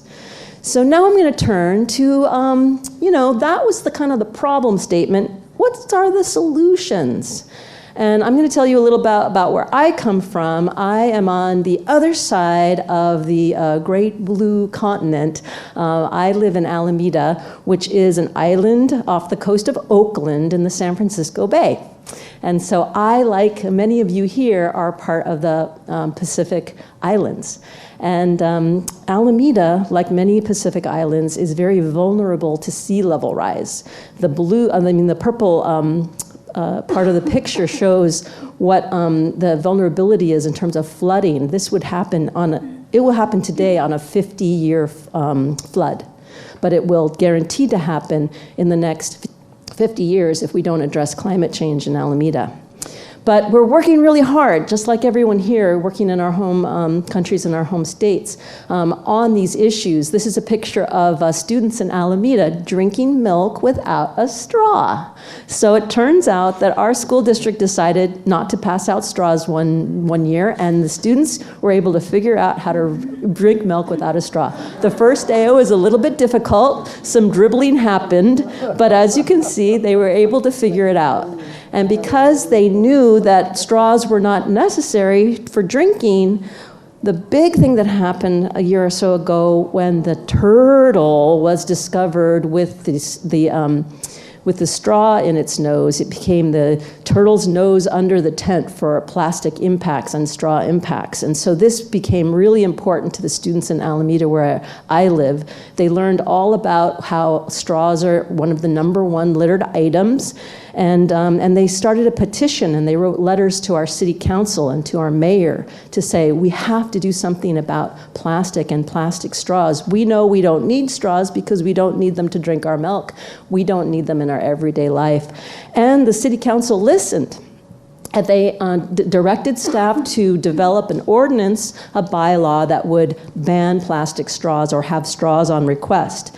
But it turned out that the city staff, who had been watching County of Santa Cruz, and you'll be hearing from Tim in a minute, County of Santa Cruz had passed an update to their foodware ordinance that had straws on request and a reduction in single-use plastics. And so they modeled their bylaw, their ordinance on that.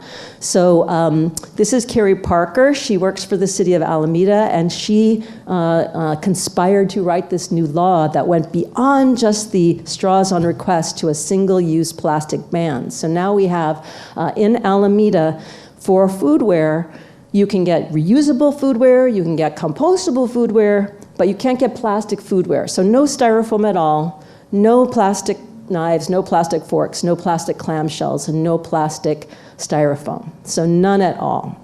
And that was good, but if you recognize something in this photo, which is the middle, there might be PFAS in there, right? Because we know paper also, paper or plastic, the age-old conundrum, the paper might also have toxic elements in it too.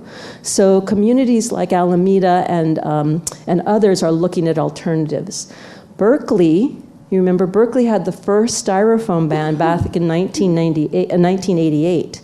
Well, this spring, Berkeley passed a new ordinance 30 years later, and it's an equally groundbreaking ordinance. It stands on the shoulder of Santa Cruz County and on Alameda, city of Alameda, which it bans single-use plastics, but it goes beyond that to say that no disposable foodware of any kind can be distributed in a sit-down restaurant. So if you have a sit-down restaurant, you have to use reusable items, and that's, we think, the safest alternative, safe for the environment and safe for our health, because we can all, wash our dishes. It's a little more effort, but it can really work. So I'm going to give you a couple of good news stories about that. City of Alameda has partnered with Rethink Disposable, which is a nonprofit project, to green our entire business community. We have about 300 restaurants, and about 100 are now certified as Rethink Disposable restaurants, meaning that they have eliminated disposable foodware, no paper, no plastic. And this was a project that included a lot of support from local government, NGOs, and the youth. So from the youth, I wanted to tell you this is one of the most important things in our town is the involvement of the youth. Not only did the school children decide to do the petition for the straws on request, but the high school students did the brand audits of the litter and helped the community implement the Rethink Disposable project. And this was a great team building exercise for these students to show what a difference they can make on their island. Here are just a couple of examples of Rethink Disposable. You can see that it goes from disposable, this is just paper, right? Not so bad, but we know paper's not good either, to reusable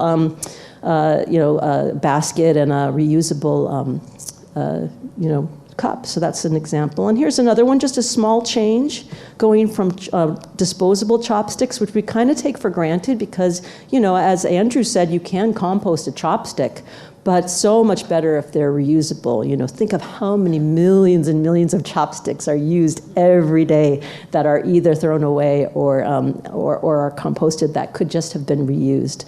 And then finally, I wanted to leave you with, these are my friends at Honolulu Barbecue, which is a restaurant in Alameda, and they got a Business Efficiency Award from our county because of their efforts transforming their plate lunch from one based on disposable foodware to one based on reusable foodware. showing that they can have that equally delicious, wonderful, greasy, yummy food in reusable. So they are very proud. As a result of their efforts, they now prevent over 100,000 disposable foodware items and over 2,000 pounds of waste every year, which saves them $3,000 annually. So just as Andrew said, restaurants can save money by reducing food waste. They can also save money by reducing foodware waste. So thank you very much.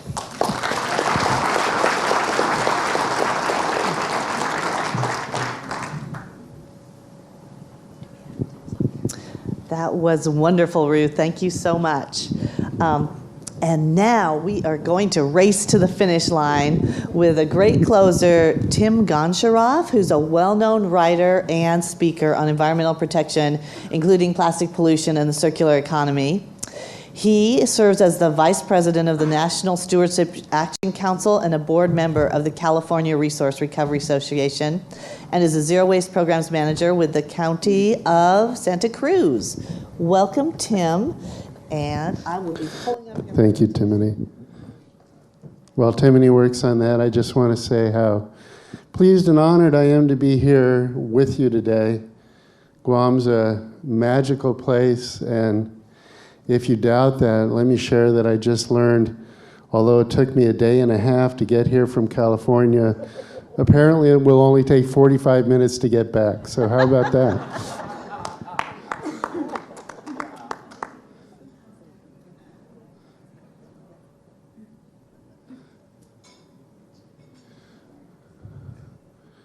Okay, we're short on time, so I'm going to go through this in auctioneer mode.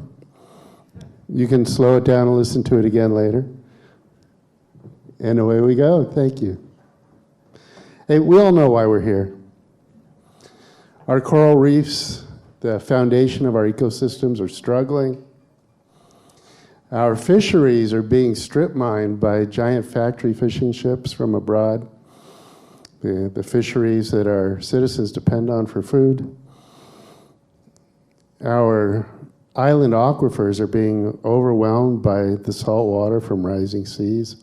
Some of our low-lying islands are in danger of being swamped entirely. And we are all being inundated by plastic and other kinds of waste from giant companies and giant corporations who don't seem to care about our problems. But we actually have some advantages as well. In many places, including in Washington, D.C., they're debating whether these problems are real, or whether they're maybe just a hoax or a conspiracy from abroad. They're arguing over whether we should bother doing anything about them, whether they're important enough, whether it's worth the cost, whether we want to take a chance on cutting into corporate profits to deal with this stuff. But we're beyond all that. We know it's real. We know it's important. We're working hard to solve these problems, and we're ready to look for new tools to make a difference. And I want to share with you today some of those tools and the success we've had working with them. How many of you here are familiar with the concept of extended producer responsibility? Is this something you've heard of? A fair number of you could. For those of you who haven't heard of it before, there's a definition here on the screen. But just briefly, extended producer responsibility is the radical idea that those that create a problem should play a role in helping to solve the problem. What a concept. More specifically, corporations that produce products that are difficult or expensive to dispose of when we're done with them should invest in helping us to recycle or dispose of those products. And there's some advantages to approaching it this way. It allows for the costs of treatment and disposal to be incorporated into the cost of the product. Instead of local taxpayers or other local resources struggling to figure out how to deal with these products, it's built right into the cost of making the product. It puts primary responsibility on the producers, who are the only ones who can influence how we make and design these products. It creates a setting for markets to emerge that truly reflect the environmental impacts of a product. And I'm going to talk more about that. In other parts of the world, this is not a new, wild, and crazy idea. They've been doing EPR in Europe for more than 20 years now. This is their standard way for dealing with difficult products. On the right side, you can see just a handful of the programs that are in place throughout the European Union. All of the giant global corporations that sell products in Europe are partners in disposing of the products. This is just a normal part of doing business for them. And these are many of the same companies that when you approach them for help, they say, "What are you talking about? That's a crazy idea." It's also very common in Canada and increasingly so. These are just some of the many products that Canada is taking an extended producer responsibility approach with, and they're having a great deal of success. And I'm sure you can see on that list some of the very products that you're struggling with in your home nations. In the United States, it's a different picture. There are no nationwide EPR programs in the United States. There are quite a few state programs, but it's very mixed. If you look at this map, the states that are colored white have no EPR programs at all. The yellow states have one.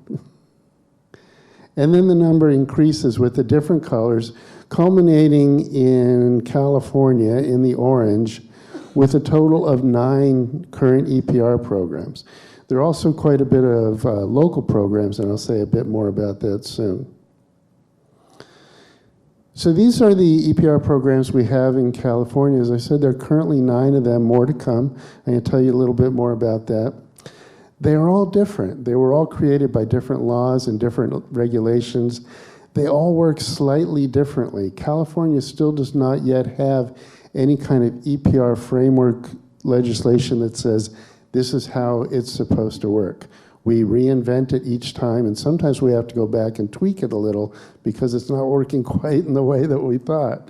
So we're still learning how to do this, but we're getting better as we go. And I wanted to mention specifically the program at the top of the list, Drugs and Sharps. This is something new. In California, like everywhere else, people don't use up all of their prescription medications. And they linger in medicine cabinets or cupboards. And sometimes they find their way into the wrong hands. They feed the black market. They worsen our opioid crisis. Sometimes children or the elderly take them by mistake with tragic consequences. They need to be properly disposed of. If you ask people what you do with them, most of them will say, well, they throw them away or they flush them. If you're involved in wastewater treatment or water quality issues or the health of wildlife in aquatic or marine environments, you know that flushing medications down the toilet is about the worst thing you can do. But if you want people to do the right thing, you have to make it easy. You have to make it free. You have to make it convenient.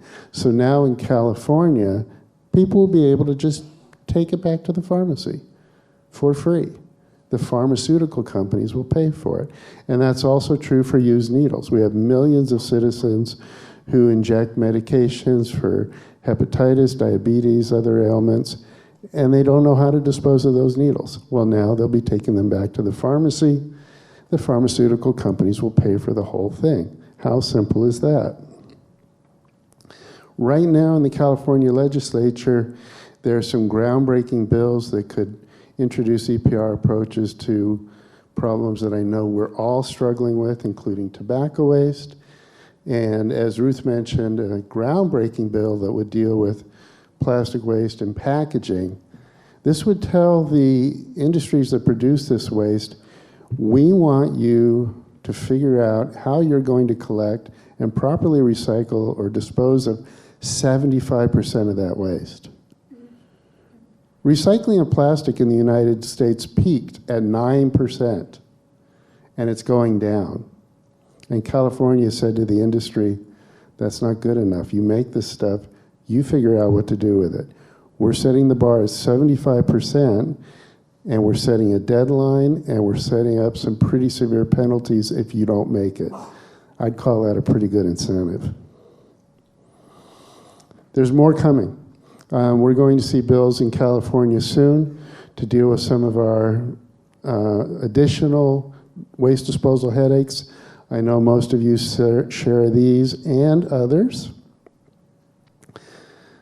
But I want to talk just a bit about how you make this happen, because this doesn't appear out of nowhere. And there are a number of different approaches that we've used with success. Often it's bottom up.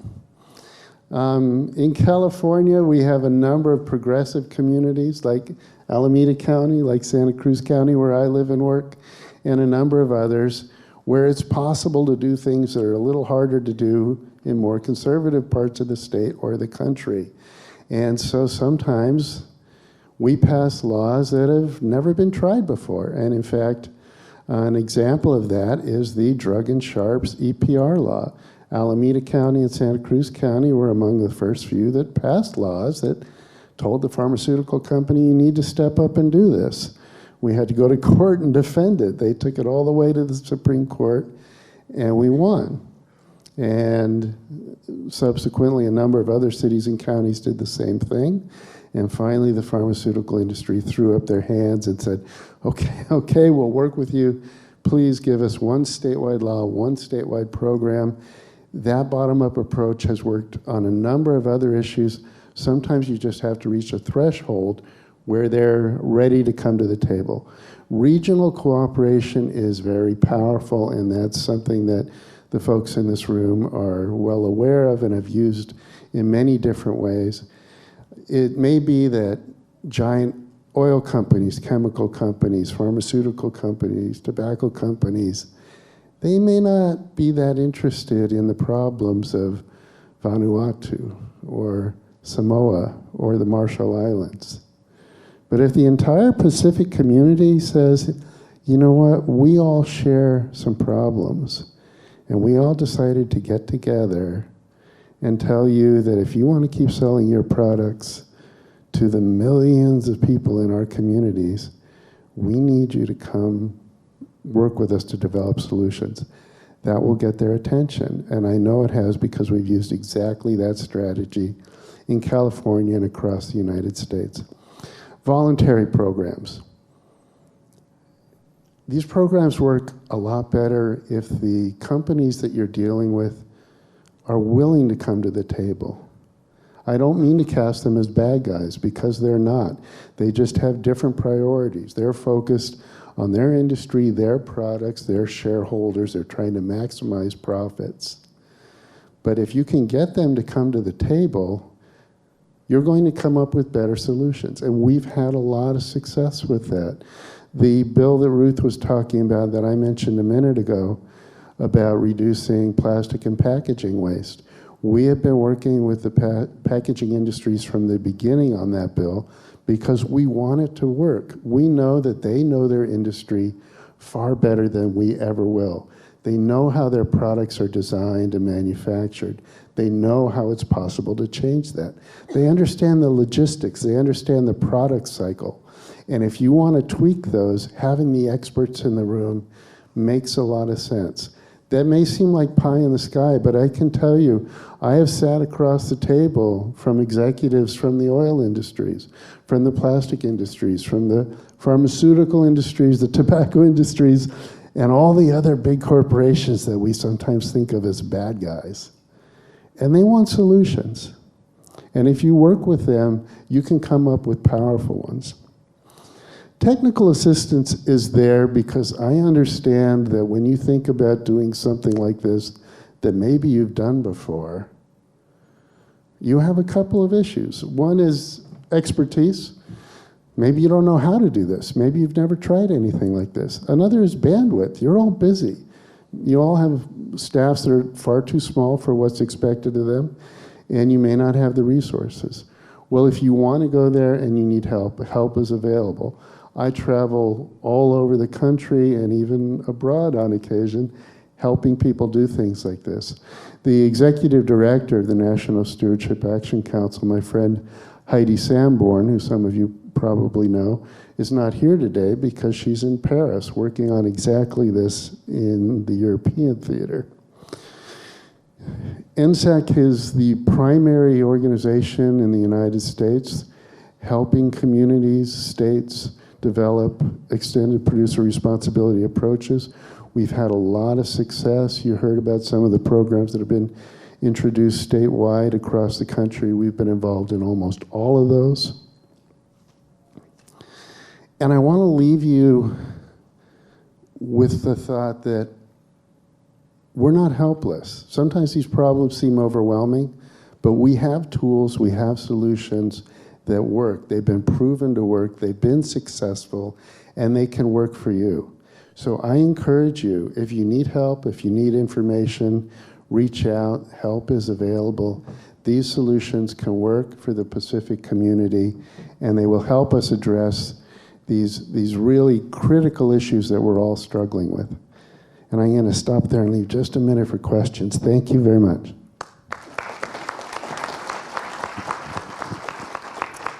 So I think we'll hold questions for now. Our speakers will be around the rest of the day, and I'd like to turn it over for closing remarks from our acting lieutenant governor. Thank you.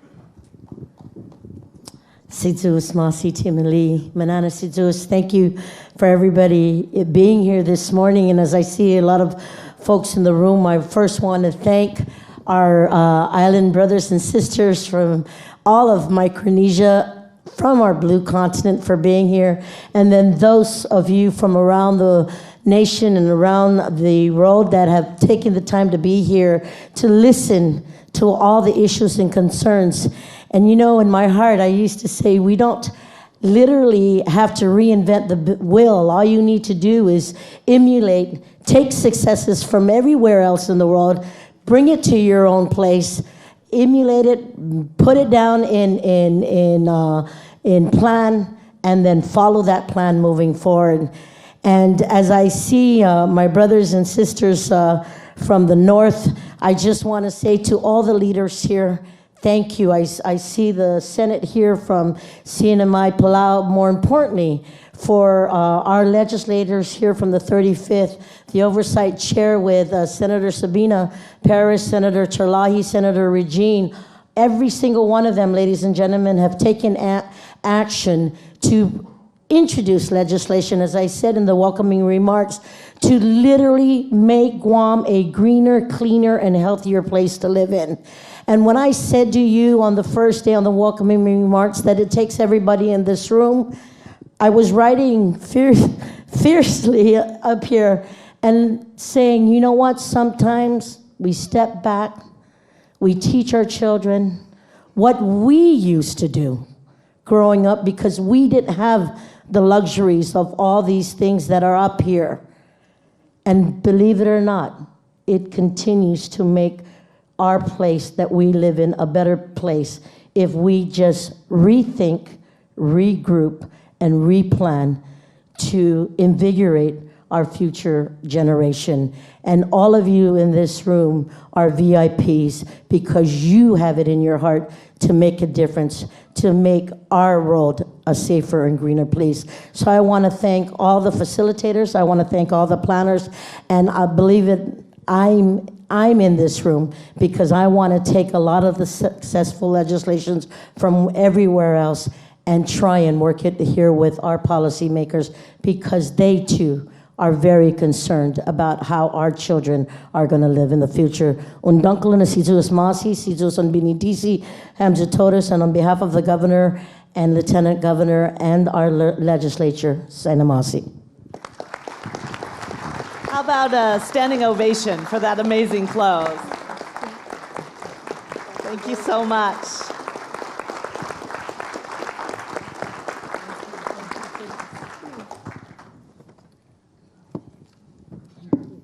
To be given the opportunity. I'm part of the Jacobs crew or clan that is here today. And I was invited, I'm based in Jacobs in Sydney in Australia. So Australia is sort of on the edge of the blue region. I was washed up on the shores of Australia about 20 years ago, and I've stayed there ever since. And been applying some of the things I learned in Europe and in England all that time ago, and I've been blessed with being able to travel all around the region and work with people either in country or remotely on lots of different projects on sustainability, climate change, and circular economy. This part of the globe, so Australia and the Blue region, is very blessed, but we're also very delicate. And we probably in Australia don't really fully appreciate how delicate we are, but we're being tested at the moment with what's happening to the reefs and what's happening to water security in particular.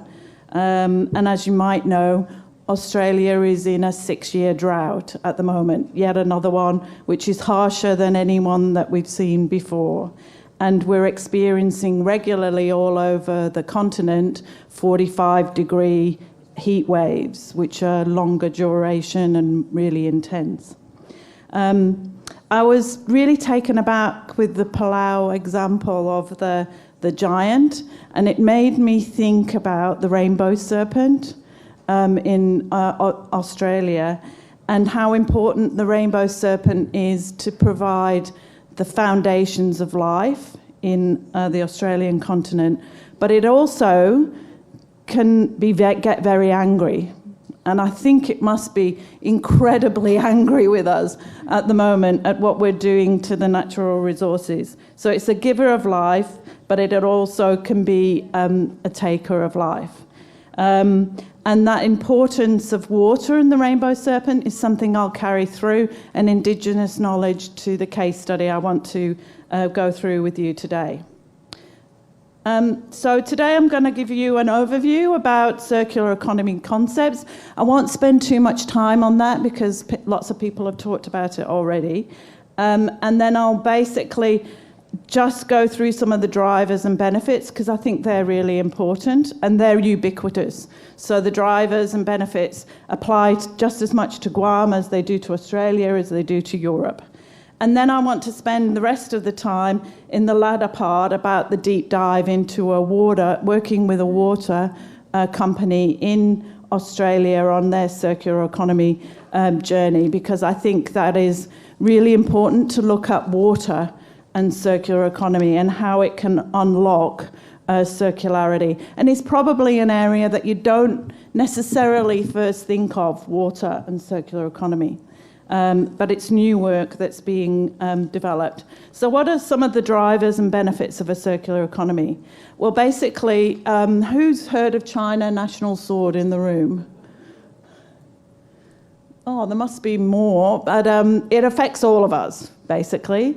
And it was a real shock in Australia at the beginning of 2008, last year. The whole recycling industry just collapsed. Sort of overnight. There were warnings way before that, but never mind. At the beginning of 2008, the industry collapsed. And there's lots of things on this slide that basically show. So the flow diagram at the top is showing where most of the recycled material went in Australia at the beginning of 2008. So the majority was going to China, but we were sending a lot to lots of other countries. It shocked everybody to the core. Most local councils and most governments and most people had no idea that their curbside recycling was being picked up on their curbside and going off and then going all the way to China.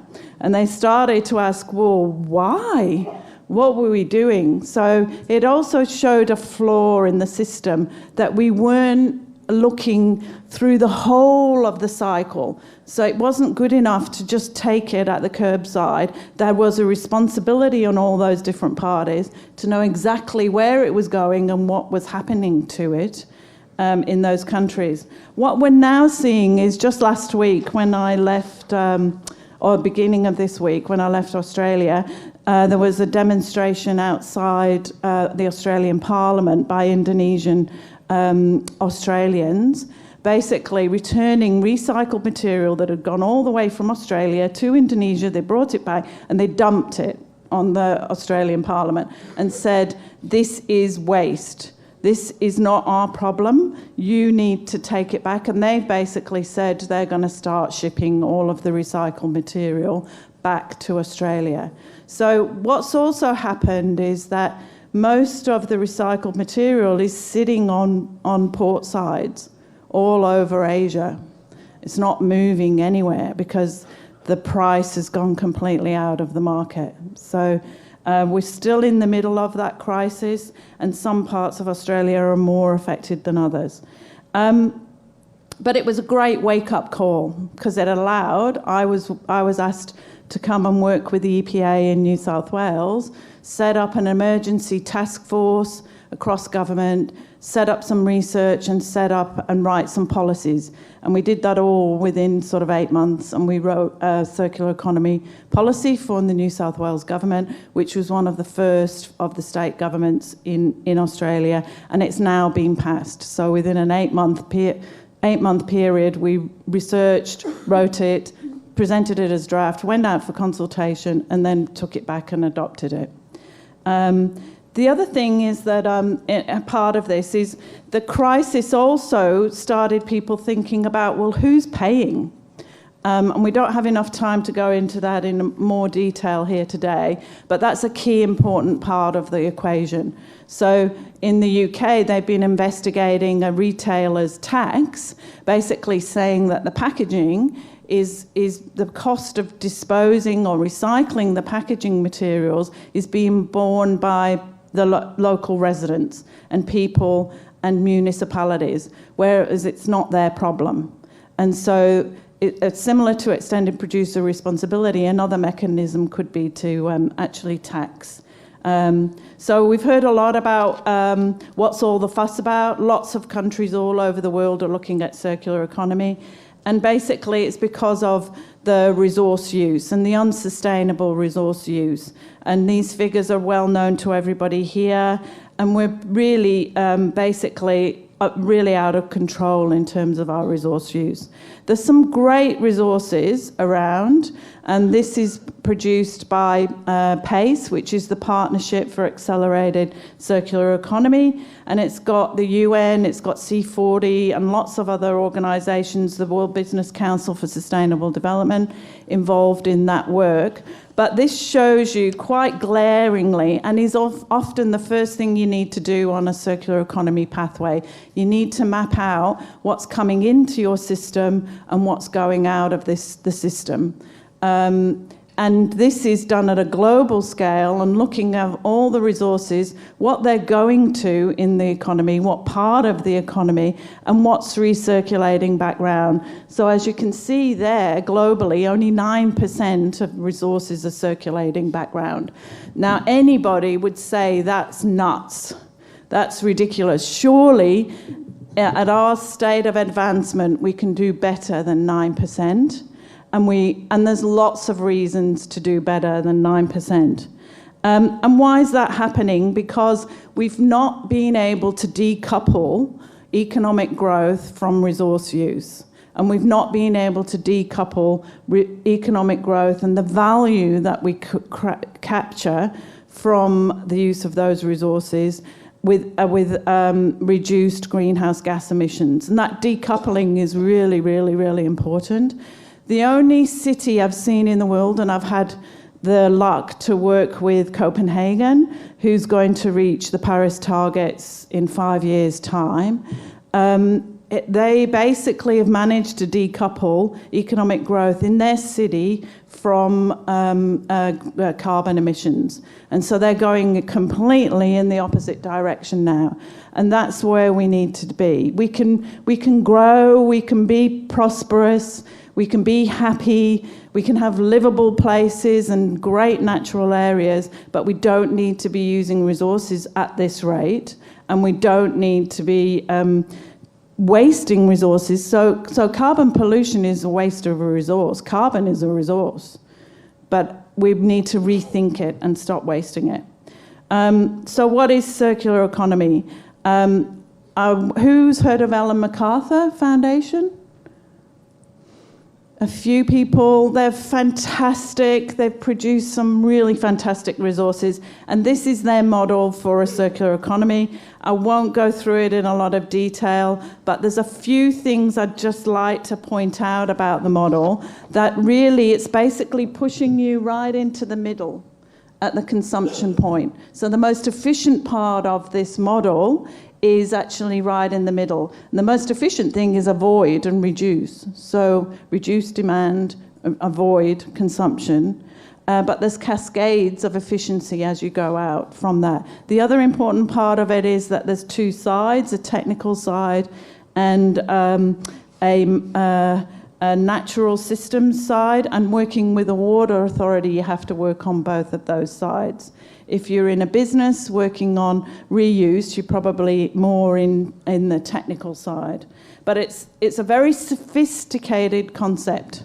And it's very, very powerful if it's used with all of its sophistication. And the companies and jurisdictions I've been working with have all tried to sort of dumb it down a bit and do bits of it. But we keep saying when we're working with companies, no, explore it in all its glory and in all of its complexity, because it's only when you do that you will reap the full benefits of the model. I'm a real fan, as you can see, of circular economy and the Ellen MacArthur work. And the principles, these were adopted by the water utility that we've been working with, but they are the Ellen MacArthur principles. And the first thing you start off with is actually looking at what are the principles, because they become the criteria with which you decide what things you need to be prioritizing within your system. So it's about restoring and regenerating natural systems. It's about keeping resources in use at their highest value. So there's no point recycling if there's a very low value for that material once you've collected it, sorted it, made it into something new. You need to think about the highest value of those materials and keep them at that highest value, or do something with them, a reuse that keeps it at a high value. And you need to design for circularity and closed loops. We've at Jacobs have developed a way of looking at circular cities, circular communities, circular islands, and we basically put this in the voice, because I think it's really important to put it in the voice of the we. So you actually look at the principles and put that in the voice of the we. So what does that mean? That we keep materials in use for as long as possible. We produce locally. We have no wasted materials. So not waste, but wasted materials. We get renewable energy, and we support nutrient recycling. We use local products, and we have assets and products. So assets is also really important, that are shared and are leased within the system.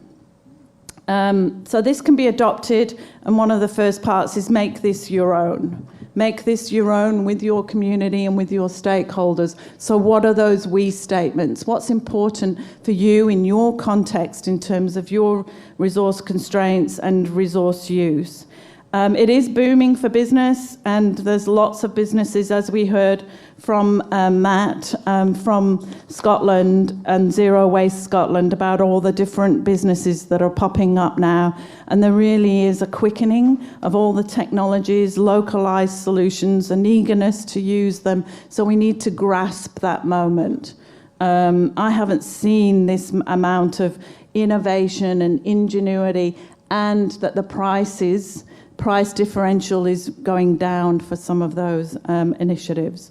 The benefits are very widely distributed, but the European Union says there could be about $13 trillion of benefits that flow to the European Union from circular economy approach.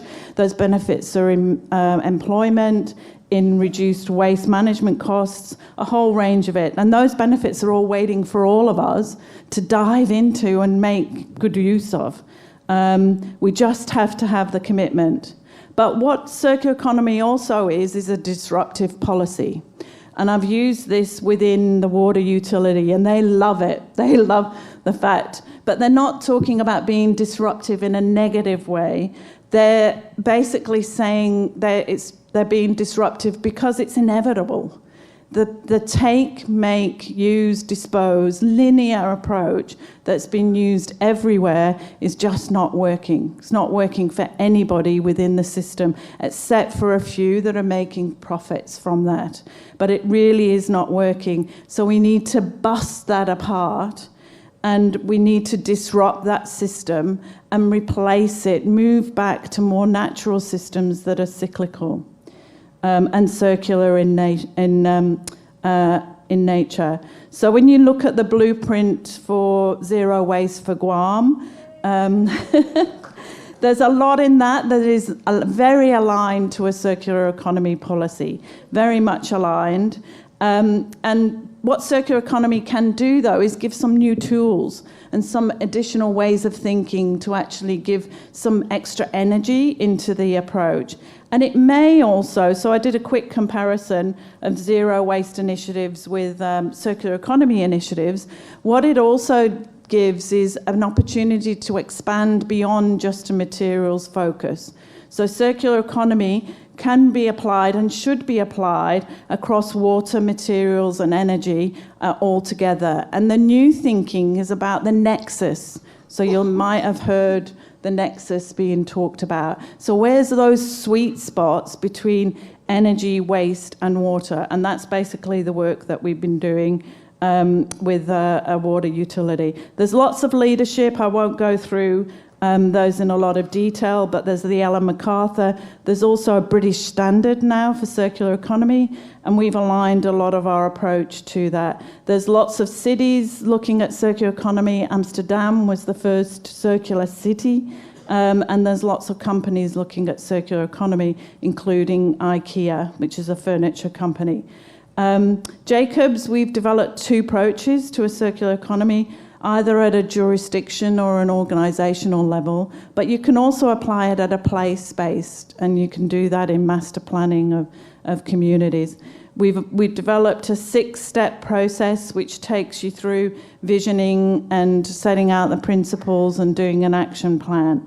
What I'd like to spend the rest of the time is deep diving into some work that we've been doing with Sydney Water, who are the main provider of water to metropolitan Sydney, who asked us to actually help them scope out circular economy for their organisation. And it truly has been a really remarkable journey that we've been on with the water utility. And I wanted to share it with you because it gives a really good example that the process of working out a circular economy is equally important as the technical aspects of a circular economy. It's how you go about doing it. It has to be an all-engaging process, and it's really worthwhile taking the time to make it an all-engaging process with multiple stakeholders. And a recent quote from our lead client said that this circular economy work had been one of the most engaging and empowering for the people within the organisation of any process that they'd undertaken recently. So the Water Authority will be providing water to 8 million people in Sydney by 2050, and it has to provide water to 1 million people in a new growth area on the western part of Sydney. That area has no water servicing whatsoever and is in drought and has no water. So they had to do things differently. So from a crisis, they don't call it a crisis, but it was a bit of a wake-up call. Actually, we can't do what we normally do, which is just pump all and discharge our wastewater out into the ocean, because the ocean's too far away and it's going to cost us a lot of money. And we also don't have enough water resources. So what they did was they said, well, let's use circular economy to unlock the potential, look at the nexus between energy, water, and materials, amplify what we're already doing, and we've got new problems, so we're going to need new solutions. So we took them on a journey, which was very much an innovation journey. We used open innovation techniques and creativity techniques, got them to think bigger, and we were really lucky that our client, our sponsor, who was a 2IC to the CEO, asked the whole organization to be ambitious and to not think about barriers. There was no point in thinking about barriers in the room at this point. He said he would be disappointed if they didn't come back with some wacky ideas and some really new ideas. He asked them to imagine, which was really, really important to the whole process. So we developed a working vision, and we developed some principles for an ambitious, so he said, an ambitious circular economy approach. And so basically it looks about servicing with minimal impact and restoring natural systems. It looks at ambitious water recovery in the whole system. It looks at harnessing energy within the system, and it looks at maximizing materials recovery and generating new businesses from that energy recovery for the water utility, and engaging with partners to deliver that. This was a diagram that was drawn midway through the process by one of the Sydney Water staff involved in the process, and I'm sure you'll agree with me, it's a bit enlightening to see that they've put water at the outside. So what's actually in the middle of this process is actually a cogeneration process. So it's all about materials, it's all about energy production, and as well as water. So it's no longer a single purpose entity. There are some challenges with that going forward, but that's the way that they see their business potentially going forward if they truly look at a circular economy approach to the provision of water in the city. So we built out, basically I'll run you very quickly through the process of about 8 months working intensively with all parts of the organisation, a project board that includes the executive from across all parts of the organisation, and we're just finalising the outcomes, and we've got a roadmap which has 64 actions and lots of participation. Probably about 16 workshops have been held with the staff and fantastic engagement. But so the vision is to engage, to rethink water, energy and materials, to nurture the natural environment and recirculate resources. And the principles are on the side there, which were the same as I covered earlier. So what they did from that is then they prioritized some theme areas and actions within that, and then they looked at how to operationalize it. So the outer ring is how each part of the organisation could actually take a role in operationalising all of those potential actions in energy and water. And then the outside is basically, what are the really new things? What are those disruptive things that we're all committing to in this agenda and in this roadmap that will transition us towards a circular economy? And they've itemised all of those, and I'll talk a little bit about a few of those. And then finally, the whole roadmap in a diagrammatical form looks like this, with this different colours representing energy, water and materials components, and the outside is the real sort of innovation and the co-design parts of it. But if you were to ask me what really stands out about this whole process, there's a few things I'd like to share with you. One was, from the word go, they chose that regenerate and restore was the most important thing that the Water Authority should do.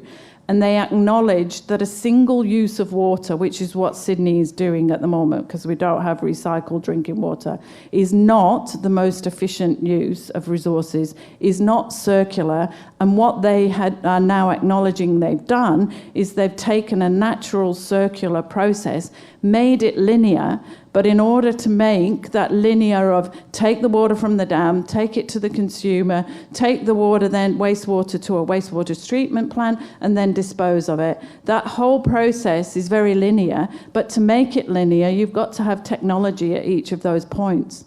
And the more linear you make it, the more technology you've got to put in to make it work for that amount of people. And that's around the globe. We've created a system that's not like the natural systems. So what they want to do is go back to those natural systems. And one thing that they found, which was low-hanging fruit, was they were carting biosolids out 400 kilometers to apply on land for next to nothing. So it was costing them to do that. Whereas they were basically saying, well, it's 70% water. A, why aren't we drying it so that we're just carting the fertilizer? B, why aren't we charging them for the water, because water's precious? C, why aren't we keeping the water in Sydney? Because we need the water. We're just about to go under water restrictions. So one example of many, many, many has just made them totally rethink. The other thing that is really very inspiring about it is the use of calling on Aboriginal values and approaches to water and land. And that is part of their first principle, that in that restore and regenerate, they are going to work with Aboriginal communities to go back to the more Indigenous-led values and thinking about keeping the water locally and keeping the materials locally. The other thing is they've been looking at hydrogen, they've been looking at biogas and food waste together in partnership with councils. They've been looking at natural solutions over technical. They've been looking at open assets and open networks. They've been rethinking about recycled water, and they will be starting a process of discussion with their price regulator, which is IPART. To say our current act doesn't enable us to get involved in energy and materials. So we need to look at a different way of legislation around the water utility. And we also need to move away from least cost assessment. And we need to be able to be pricing in externalities. And we also need to be looking beyond the benefit. So at the moment, they're regulated so they can only provide benefit to the consumers. But in this circular economy approach, the benefits are accrued across the catchment. So it needs a completely different price regulation and other regulatory processes. So they're going to start that conversation and start the conversation with the mapping of resource flows that they've done that demonstrate how they can create real value for not very much more expenditure, but they need to be allowed to do that, and at the moment they can't. So that's just a very quick look. And finally, I just wanted to proudly announce to you that we had a bit of a workshop yesterday with Conchita and others from the EPA, and we're proud to announce that the Guam EPA is going to work with Jacobs on the zero waste strategy, but embarking on embedding circular economy thinking into that zero waste strategy. So we're really excited about that journey, and we know from experience it'll be only positive, positive, positive, positive, and positive. Thank you very much.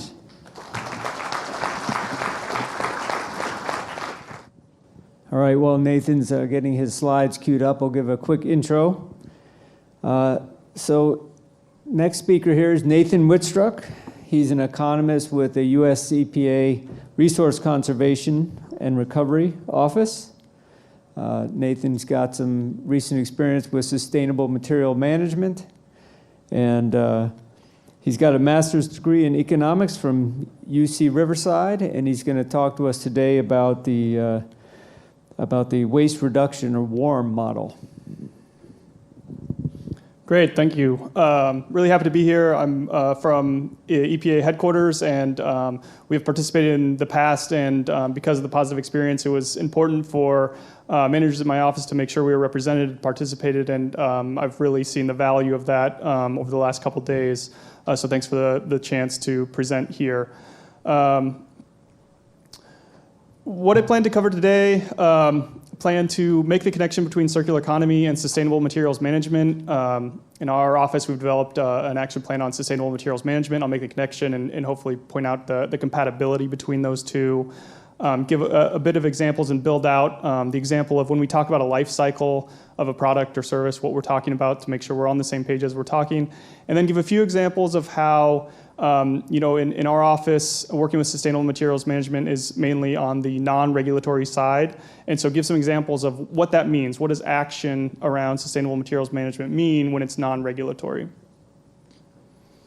So I don't know if any of you have heard of sustainable materials management. These are terms that individually I'm sure have some significance to you, but potentially not put together and the approach. So to explain a bit what sustainable materials management is all about, it's really about meeting society's needs. A lot of times that's through materials use, but making sure you do it effectively and efficiently and keeping those materials at their highest and best use. And so it's really compatible with circular economy. In the international context, we hear a lot about circular economy, resource efficiency, and sustainable materials management. And while they're not synonymous, they don't mean the exact same thing. They are very compatible. And then in your everyday life, what could sustainable materials management mean? A lot of times at conferences like this, you have the option between choosing between these two options when you're out getting coffee in the morning. So just everybody take 10 seconds to think about what you choose and why when faced with that option.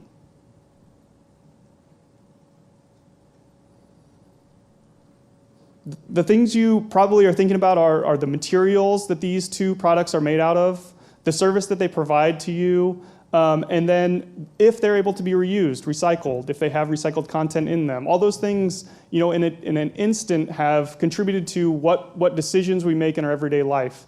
And an important component of that is the information that we have about these products that allows us to make that choice. And so that's something that I'll touch on too.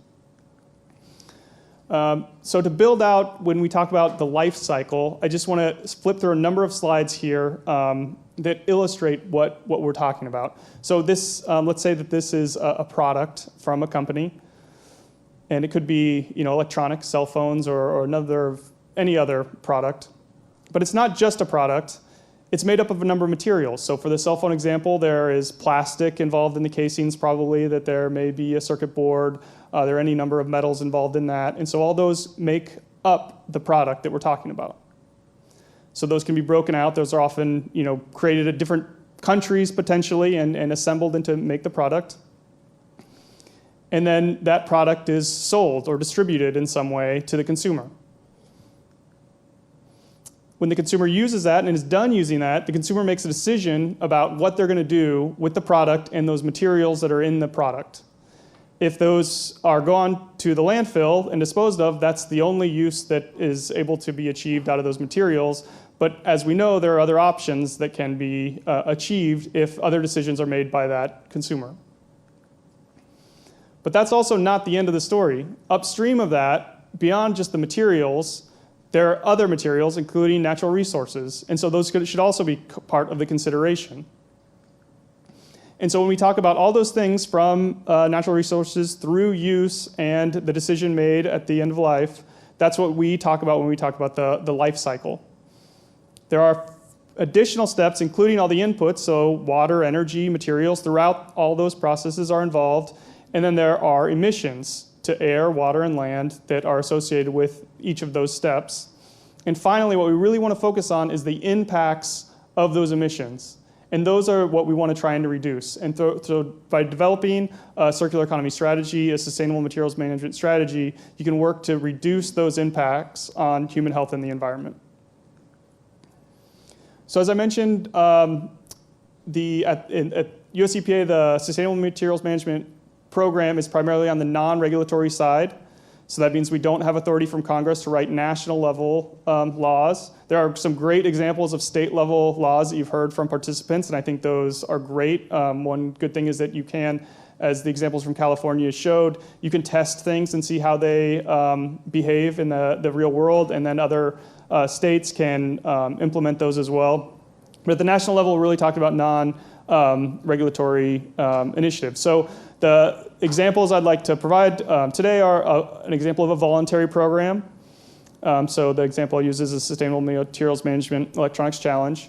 The tools that we are developing and have developed to help people make decisions. Collaboration, so a newer effort which has been mentioned earlier in the conference, which I'll provide some details on. And these aren't all-inclusive. There are certainly others. Standards development we're involved in, setting goals, and then procurement guidelines we set also, which have a huge impact because of the scale of U.S. government purchases.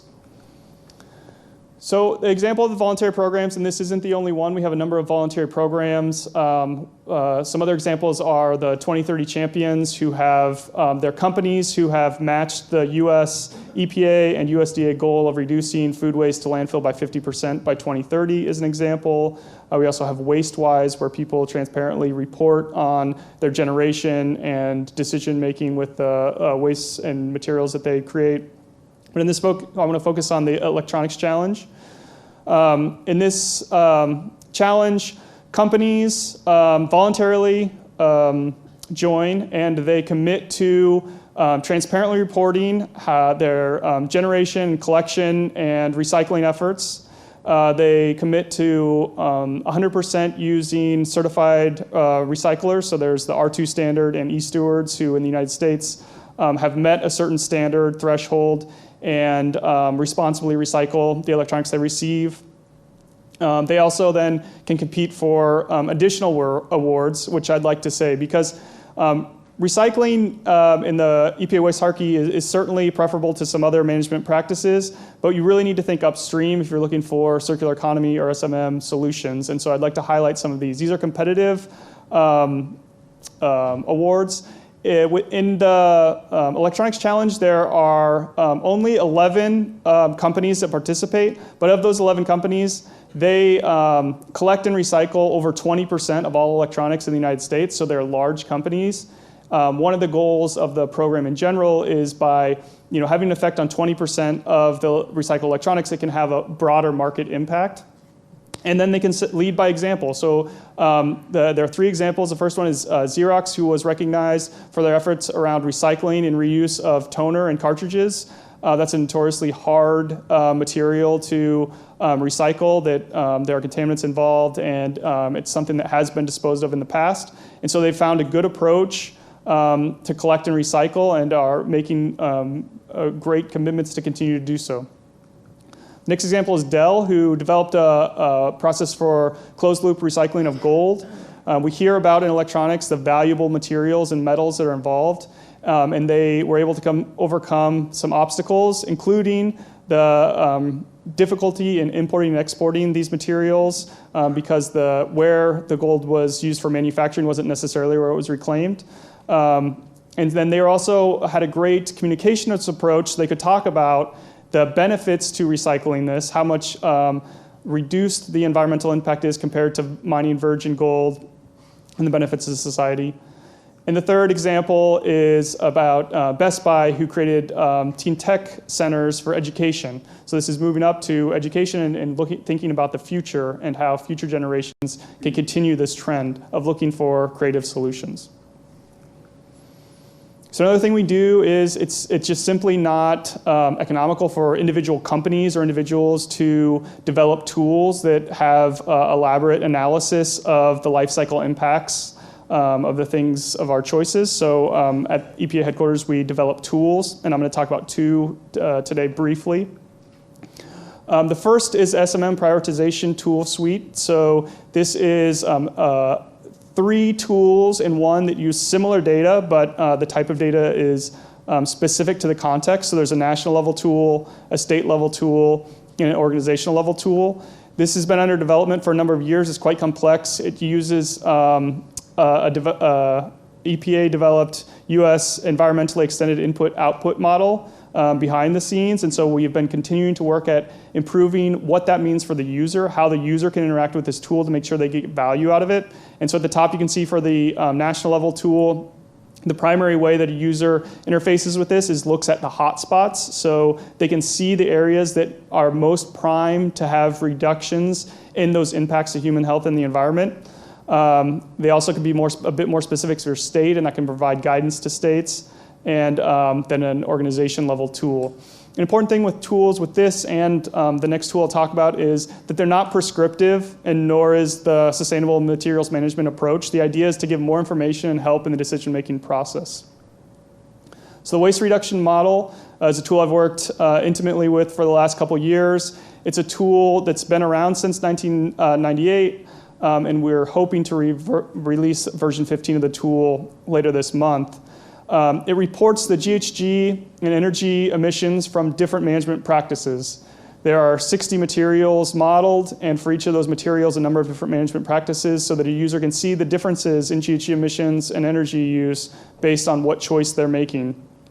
We will be adding estimates for the economic impact of those decisions as well when version 15 is released. This is what the user interface looks like for the WARM tool.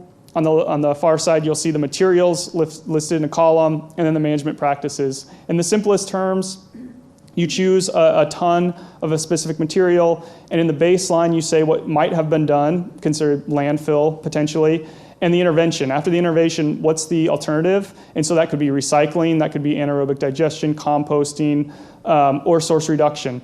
And so when you do that, then the tool calculates the impact of that. Just a few examples, since we won't go into depth of it, but here are some mixed material categories. So this is mixed paper, mixed metals, plastics, and mixed recyclables.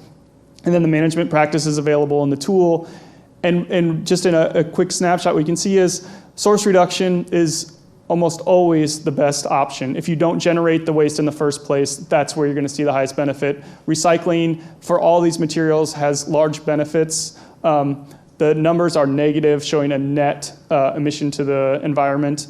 Some of the others, you can see that landfill, for all the mixed categories, has an emission to the environment, which we want to avoid. And then combustion with energy recovery is a bit more mixed, depending on the material group. In addition to general, so on the left, you can see this is for the broad food waste category. And what you can see is that landfill has a large emission to the environment, that methane is generated and released in the environment, even if there are some assumptions associated with the ability to capture methane through the landfill process, while combustion, compost, and anaerobic digestion have some benefits. And so initially you could think, well, all we need to do is avoid the landfill and our problems are solved. But if you look at more specific categories, so moving to the right now, if you look at the meat-only category, you can see that while landfilling meat-associated waste, there is an emission to the environment. Source reducing that category has a huge potential. And so it's not enough to look at just broad categories. Once you are able to identify what's in your waste stream, you can make some additional decisions that can really help make an impact. The last example on WARM is, so we heard from stakeholders. What they said is, this tool is great, it provides some good information, but we're worried that decision makers don't have all the information they need, because if they're only comparing the end-of-life decisions, they could get a skewed perspective of what's actually happening. So this is an example where only the end-of-life decisions are included. So you can see that for corrugated containers, while landfilling has an emission, the ability to recycle corrugated containers, or cardboard as it's commonly referred to, there's a huge benefit to recycling cardboard. And so a user could think, hey, in packaging, I need to use cardboard and I need to recycle it, because if I do that, I'm making a huge contribution to benefit the environment. But if you look at the production impacts of making the cardboard, so this is the same exact data, although the gray bars have been added to show the production impacts, that there are also huge impacts to generating that cardboard in the first place. So while you did have a positive impact by recycling at the end of life, that's not the end of the story, and that you should consider the generation impacts as well. And so for each of these packaging categories, you can see once you add production impacts, it becomes a more nuanced decision for an organization or company. So the last thing I'd like to talk about is our efforts around America Recycles Day. This is an effort. We have held meetings and other things around America's Recycle Day before, but it really became a larger event this year. As people have talked about China Sword, the impacts to the recycling system, that it's really a point where we need to make some improvements. We need to solidify this system of recycling, and we needed to bring stakeholders together to raise the national profile of the issue and get people together and talking and coming up with solutions. So this rose to the EPA administrators level who highlighted this event, had a speaking role and attended and listened to the stakeholders. This was held on November 15, 2018 at EPA headquarters. What came out of it on November 15th was a pledge. So 40 private companies and organizations signed the pledge to commit to helping to solve the issues facing the recycling industry. That has grown to over 75 organizations and companies now who have all agreed. And it's not just a signature. These participants who have signed, in addition to others, have met regularly over the last 6 months, 8 months, to develop an action plan and make some decisions about how we're really going to make tangible impacts on improving the recycling industry. So these groups, while EPA is facilitating the dialogue and participating on the work groups, it's really a company and organization-led effort, all working together to look for best ways each of us can help solve the issues. The 4 areas that the group has decided to discuss is education, so making sure that education is clear, consistent where possible, understanding that in the United States, the states each recycle a bit differently. To work on infrastructure, now that the exports to other markets have been limited, the ability to increase exports or increase the infrastructure in the United States and make sure that we can better process the materials that we receive is highly important. So figuring out ways that we can do that cost effectively. To look at strengthening secondary markets, it doesn't really matter what you collect and process if there's not a market for that material once you have it processed, and that's key, and that's something we've heard over and over from stakeholders. And then finally, measurement, making sure that we're measuring what we have and what we're doing with the material we have in the best way, because that information is critical to companies who may be deciding about what stock may be available and what quality it may be, things like that. It's also important to move past just measuring tonnage and assuming that there are environmental impacts associated with that we have better data now that we can move past that. And so this group is talking about those materials. So what I want to leave everybody with is, while EPA certainly has a role to play in promoting sustainable materials management, promoting circular economy, that the actual actions, while we encourage and continue to participate in, are often company-led or organization-led. It's not us alone who are doing this promotion, that the impacts really are these companies that have the ability, especially with new information and pressure from companies and others and consumers to make these changes is really what's going to keep pushing this momentum forward. And so I encourage everybody to continue the work. We've heard some great examples of that. I think there's a lot of possibility moving forward. Thank you. The lead group within SWANA responsible for recycling policy and addressing the critical issues that National Sword has imposed upon us on the mainland. And then lastly, we have a waste to energy technical division, but that name is changing as we make that broader to incorporate other technologies that are coming to fruition. So I mentioned our core values include education, advocacy, and I want to mention 2 others, collaboration and respect. Collaboration is important because we don't have the bandwidth at SWANA to do all the things we would like to do in the area of solid waste.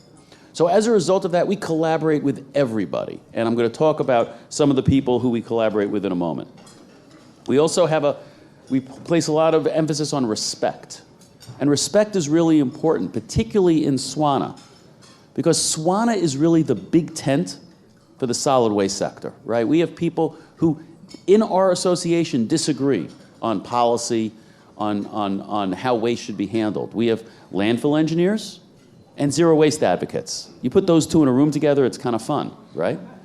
So those people are both members of our association. So we subscribe to the theory that you can disagree without being disagreeable. So respect for opinions is very important. SWAN has made its name as the premier educational provider for the solid waste sector. We're the leading provider in the United States and Canada, and I know that we had a very successful 3-day training program here on Guam earlier this week. We have integrated solid waste management, which some of you took. We offer a very sophisticated course on landfill operations called MOLO, and we offer training in a variety of ways. We do it at our events, we do it at the chapter level, we offer it to individual companies and agencies who, if they're interested in having us come and bring an instructor to them, we can do that as well. And we're evolving. So we have on-demand courses now through our website, we offer webinars, and we're moving to making our education more digital in orientation.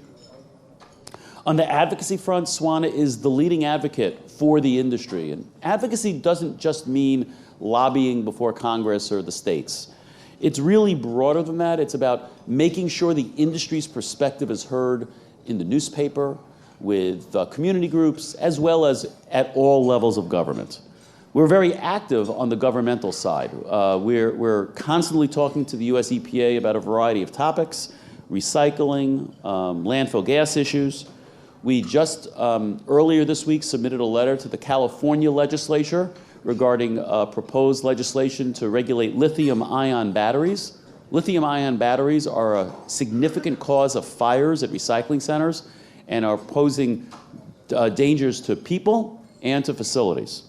And as I mentioned in the presentation yesterday, we're lobbying Congress to get $500 million to support recycling in the states and territories throughout the United States. So I mentioned collaboration. An example of collaboration is we work with the SWAMO to educate people on what's happening in the solid waste sector. We work with the Environmental Research and Education Foundation, one of the leading foundations on solid waste. We did a study with them on needle sticks at MRFs. You heard in a previous presentation about how medical waste poses concerns and why California has certain regulations around that type of material. We don't want that material coming into the solid waste stream either, and by doing a report, we've quantified the extent of the occupational safety hazard. And lastly, safety is very, very important for SWANA. I'm actually going to be leaving the event for a few hours this afternoon to do a safety program at the Guam Contractors Association around worker safety. But if you take something away from my presentation today, take this away. Collecting solid waste is the 5th most dangerous job in the United States. It's more dangerous to collect garbage and recycling than it is to be a fireman or a police officer.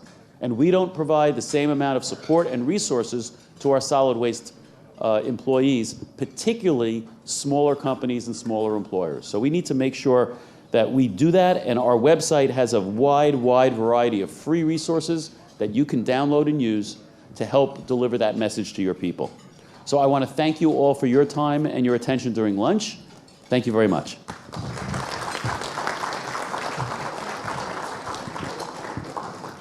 Thank you, Mr. David Biederman. All right, so next up, we have the beautiful Danya Rodriguez. She is an executive director of the Association of State and Territorial Solid Waste Management Officials in Washington, D.C. She has 22 years of demonstrated national environmental experience with expertise in the field of technical, financial, and policy development, and a comprehensive knowledge of state and territorial environmental programs. She has served as the liaison between the states and numerous federal agencies, such as EPA and DOD, on important policy issues. As the executive director, she runs the day-to-day operation at SWAMO. This includes managing the association's budget, cooperative agreements, the SWAMO staff, and providing support to the SWAMO board of directors. Prior to her career at SWAMO, Danya worked for the American Petroleum Institute.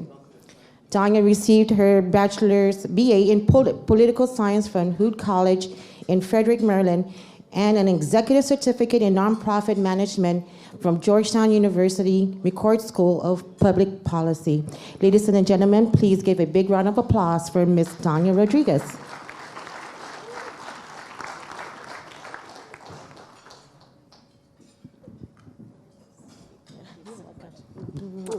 And the beautiful moderator for our panel, so thank you so much.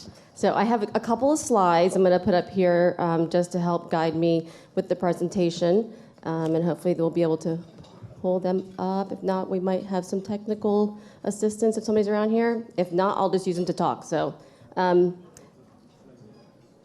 So as you heard, I'm here representing Association of State and Territorial Solid Waste Management Officials, also known as a SWAMO. We have been around since 1974, and we'll be celebrating our 45th birthday this October in Washington, D.C., and that's where our office is based. We are in Washington, D.C. This is not working for me. Nope. Sorry.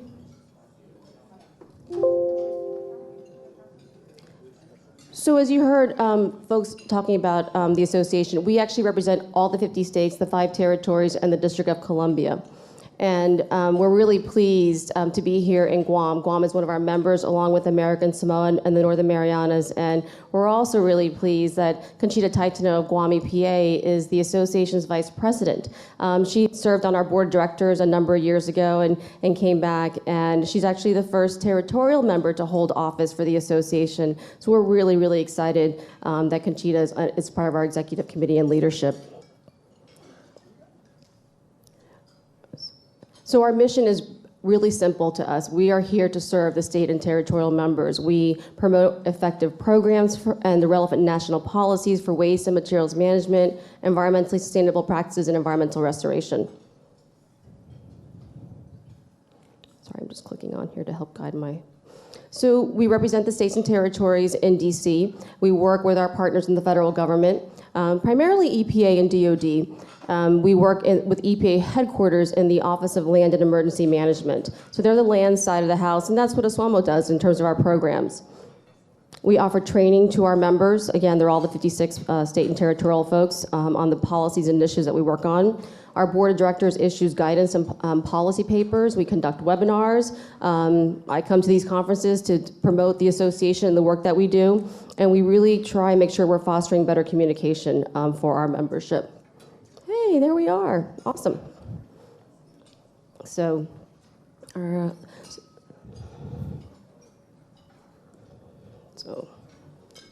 my slideshow.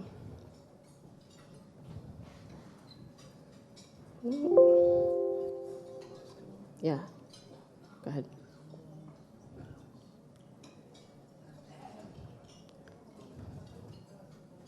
Okay, but we've already talked about this, so I'll just skip these next couple of slides. So we have a 14-member board of directors, and actually our past president, Ken Klue from the state of New Jersey, is also here.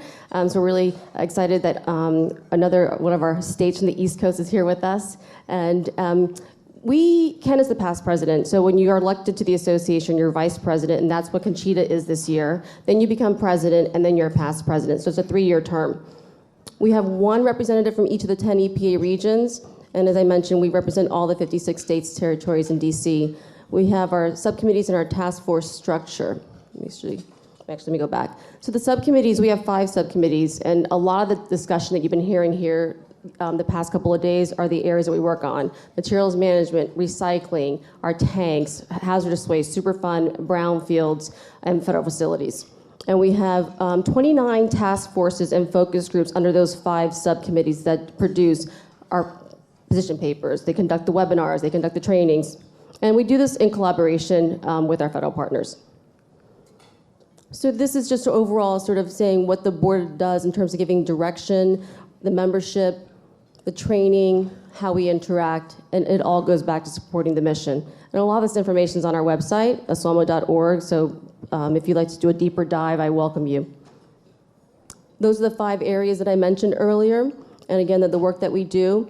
And I mentioned I have PFAS on here, and you actually heard one of the earlier plenary speakers talking about PFAS, and Ken is going to be talking about that later this afternoon, and that's a big one for us in the association. It's one that we've been doing cross-program coordination with ASWA, who's going to be coming up here next, and the other media associations in DC. It's a big one for all of the states and territories as we work together. We want EPA to take a more national prominent role in this issue.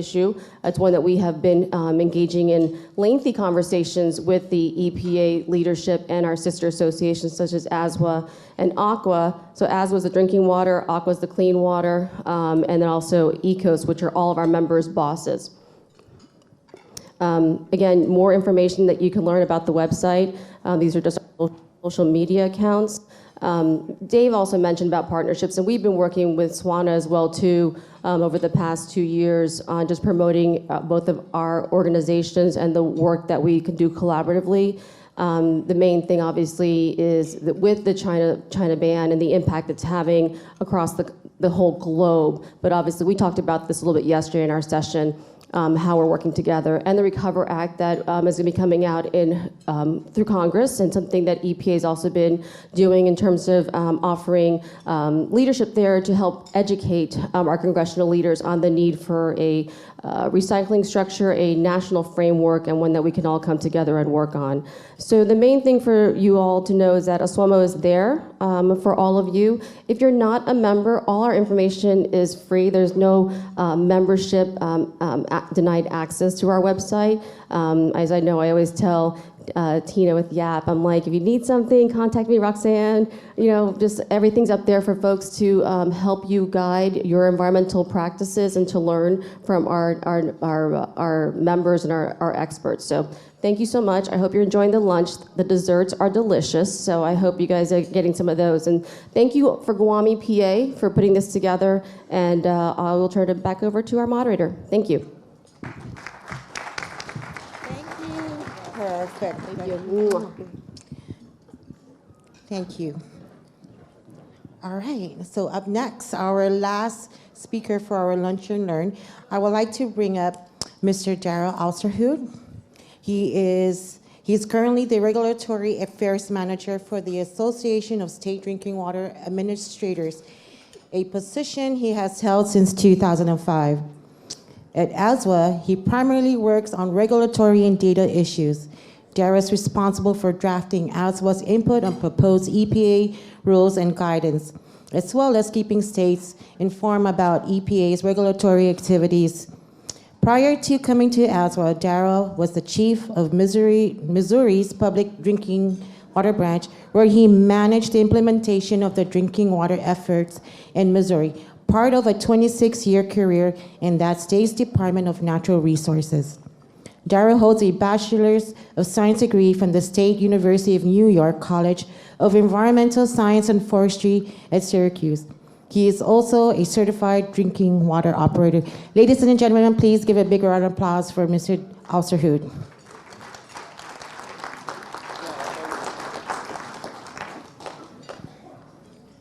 Did you have a slide, right?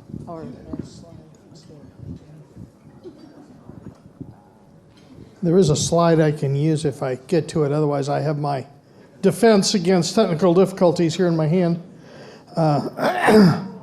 Also, defense against bad memory of old age. So I have to do either one.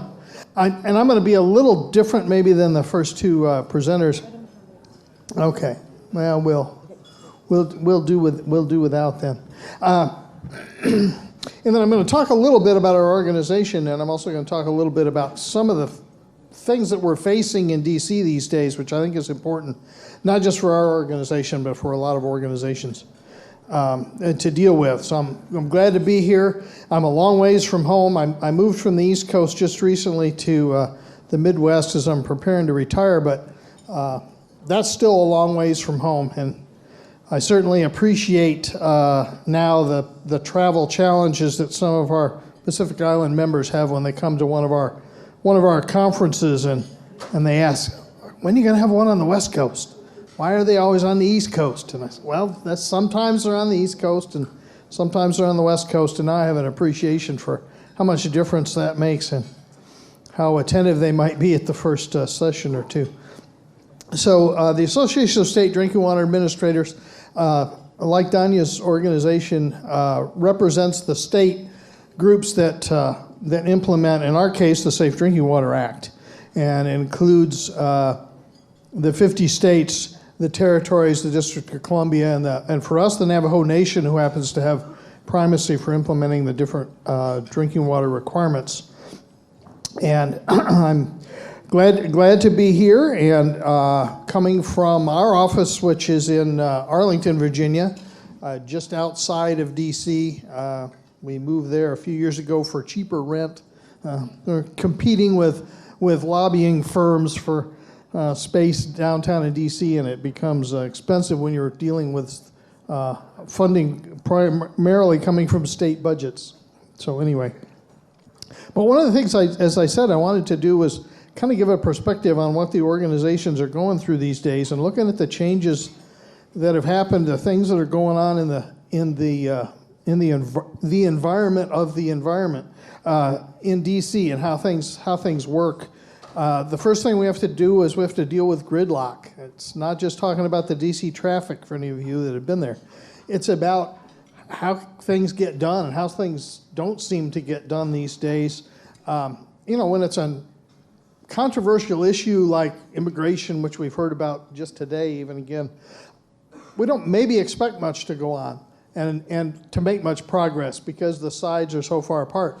But even when it's an issue that everybody believes in and thinks needs to happen, like infrastructure, it's still not moving very far. We have benefited from some work in Congress that has increased our appropriations for our state revolving funds, but there's this, big $1 trillion infrastructure packages out there, and they just don't seem to be making any progress. So we try to work with both legislators, EPA, and others that have an interest in something like infrastructure, and at least make sure that, for our case, drinking water is recognized as an important part of that, and water in general, clean water, drinking water, because if infrastructure ever moves forward, we don't want to be sort of lost in all the transportation issues that can be taken up there. Now, occasionally things do happen. It usually takes a crisis, unfortunately, to get much movement these days. The Flint, Michigan is a good example of that. We heard it talked about a couple of times already this week. There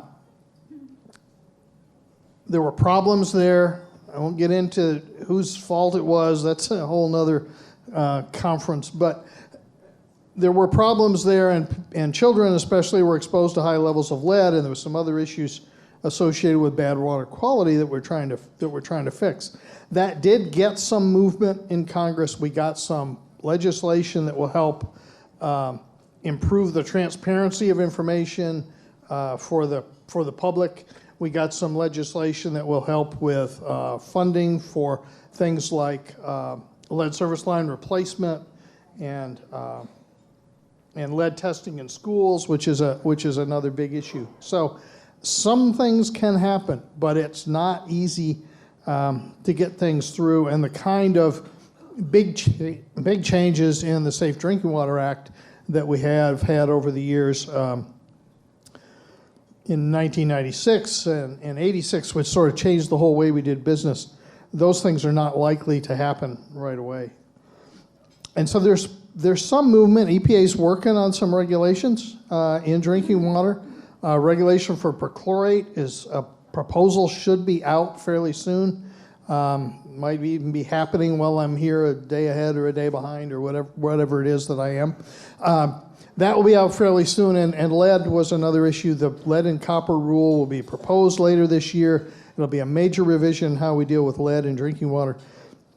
But EPA has a long list of things that they really need to work on if they have the resources.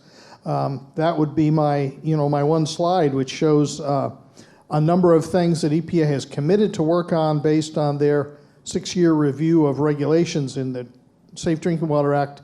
The regulations have to be reviewed every 6 years, and EPA says this one needs to be changed or that one needs to be changed because of the the fact that there's new health information or there's a way to save costs for the regulated community. There's a list, 1, 2, 3, 4, 5, 6, 7, 8, 9, 10, about a dozen things that they've identified over the last few years, starting in 2003. So far, they've got one of those done, which was the total coal farm rule revisions, which they just did a couple of years ago. They've got a big list. They don't have many resources. The states don't have many resources. And what is happening in this environment that we're concerned about as an organization is almost the roles have reversed. Traditionally, for a long time, EPA would come out with a regulation. Here's a new MCL. Here's something that needs to be regulated. They set a level, and the states take that. They adopt that. The states, territories as well, adopt that and say, okay, now we have new numbers that we have to meet, and we implement those. We work with the public water systems to figure out how that's going to be done to make sure everybody stays in compliance, gets the work done that they need to do to protect the health of the public. Turns around now, and we have to be out front, it seems like, as states and territories and those organizations, because EPA is not coming forward with the kind of rules at the rate that we have expected and have sort of learned to adapt to in the past. PFAS, which we're going to talk about this afternoon, I'll spend some time talking about some specific things there, is probably the prime example of that. We have states that never adopted their own rules, always, waited for EPA, followed EPA, did what EPA said, and now they're having to go out, find the technical expertise for their own states, which they never had on staff before, hire toxicologists, look at health risks, figure out how that translates into maybe a number that a public water system should meet. And they're doing all those things now when they never had to do them before. It's almost a role reversal, a paradigm shift for sure between the state role and the EPA role, and I think that's something that we're all facing unless we figure out a way to get back to the way it was, and I don't know that we'll ever get there.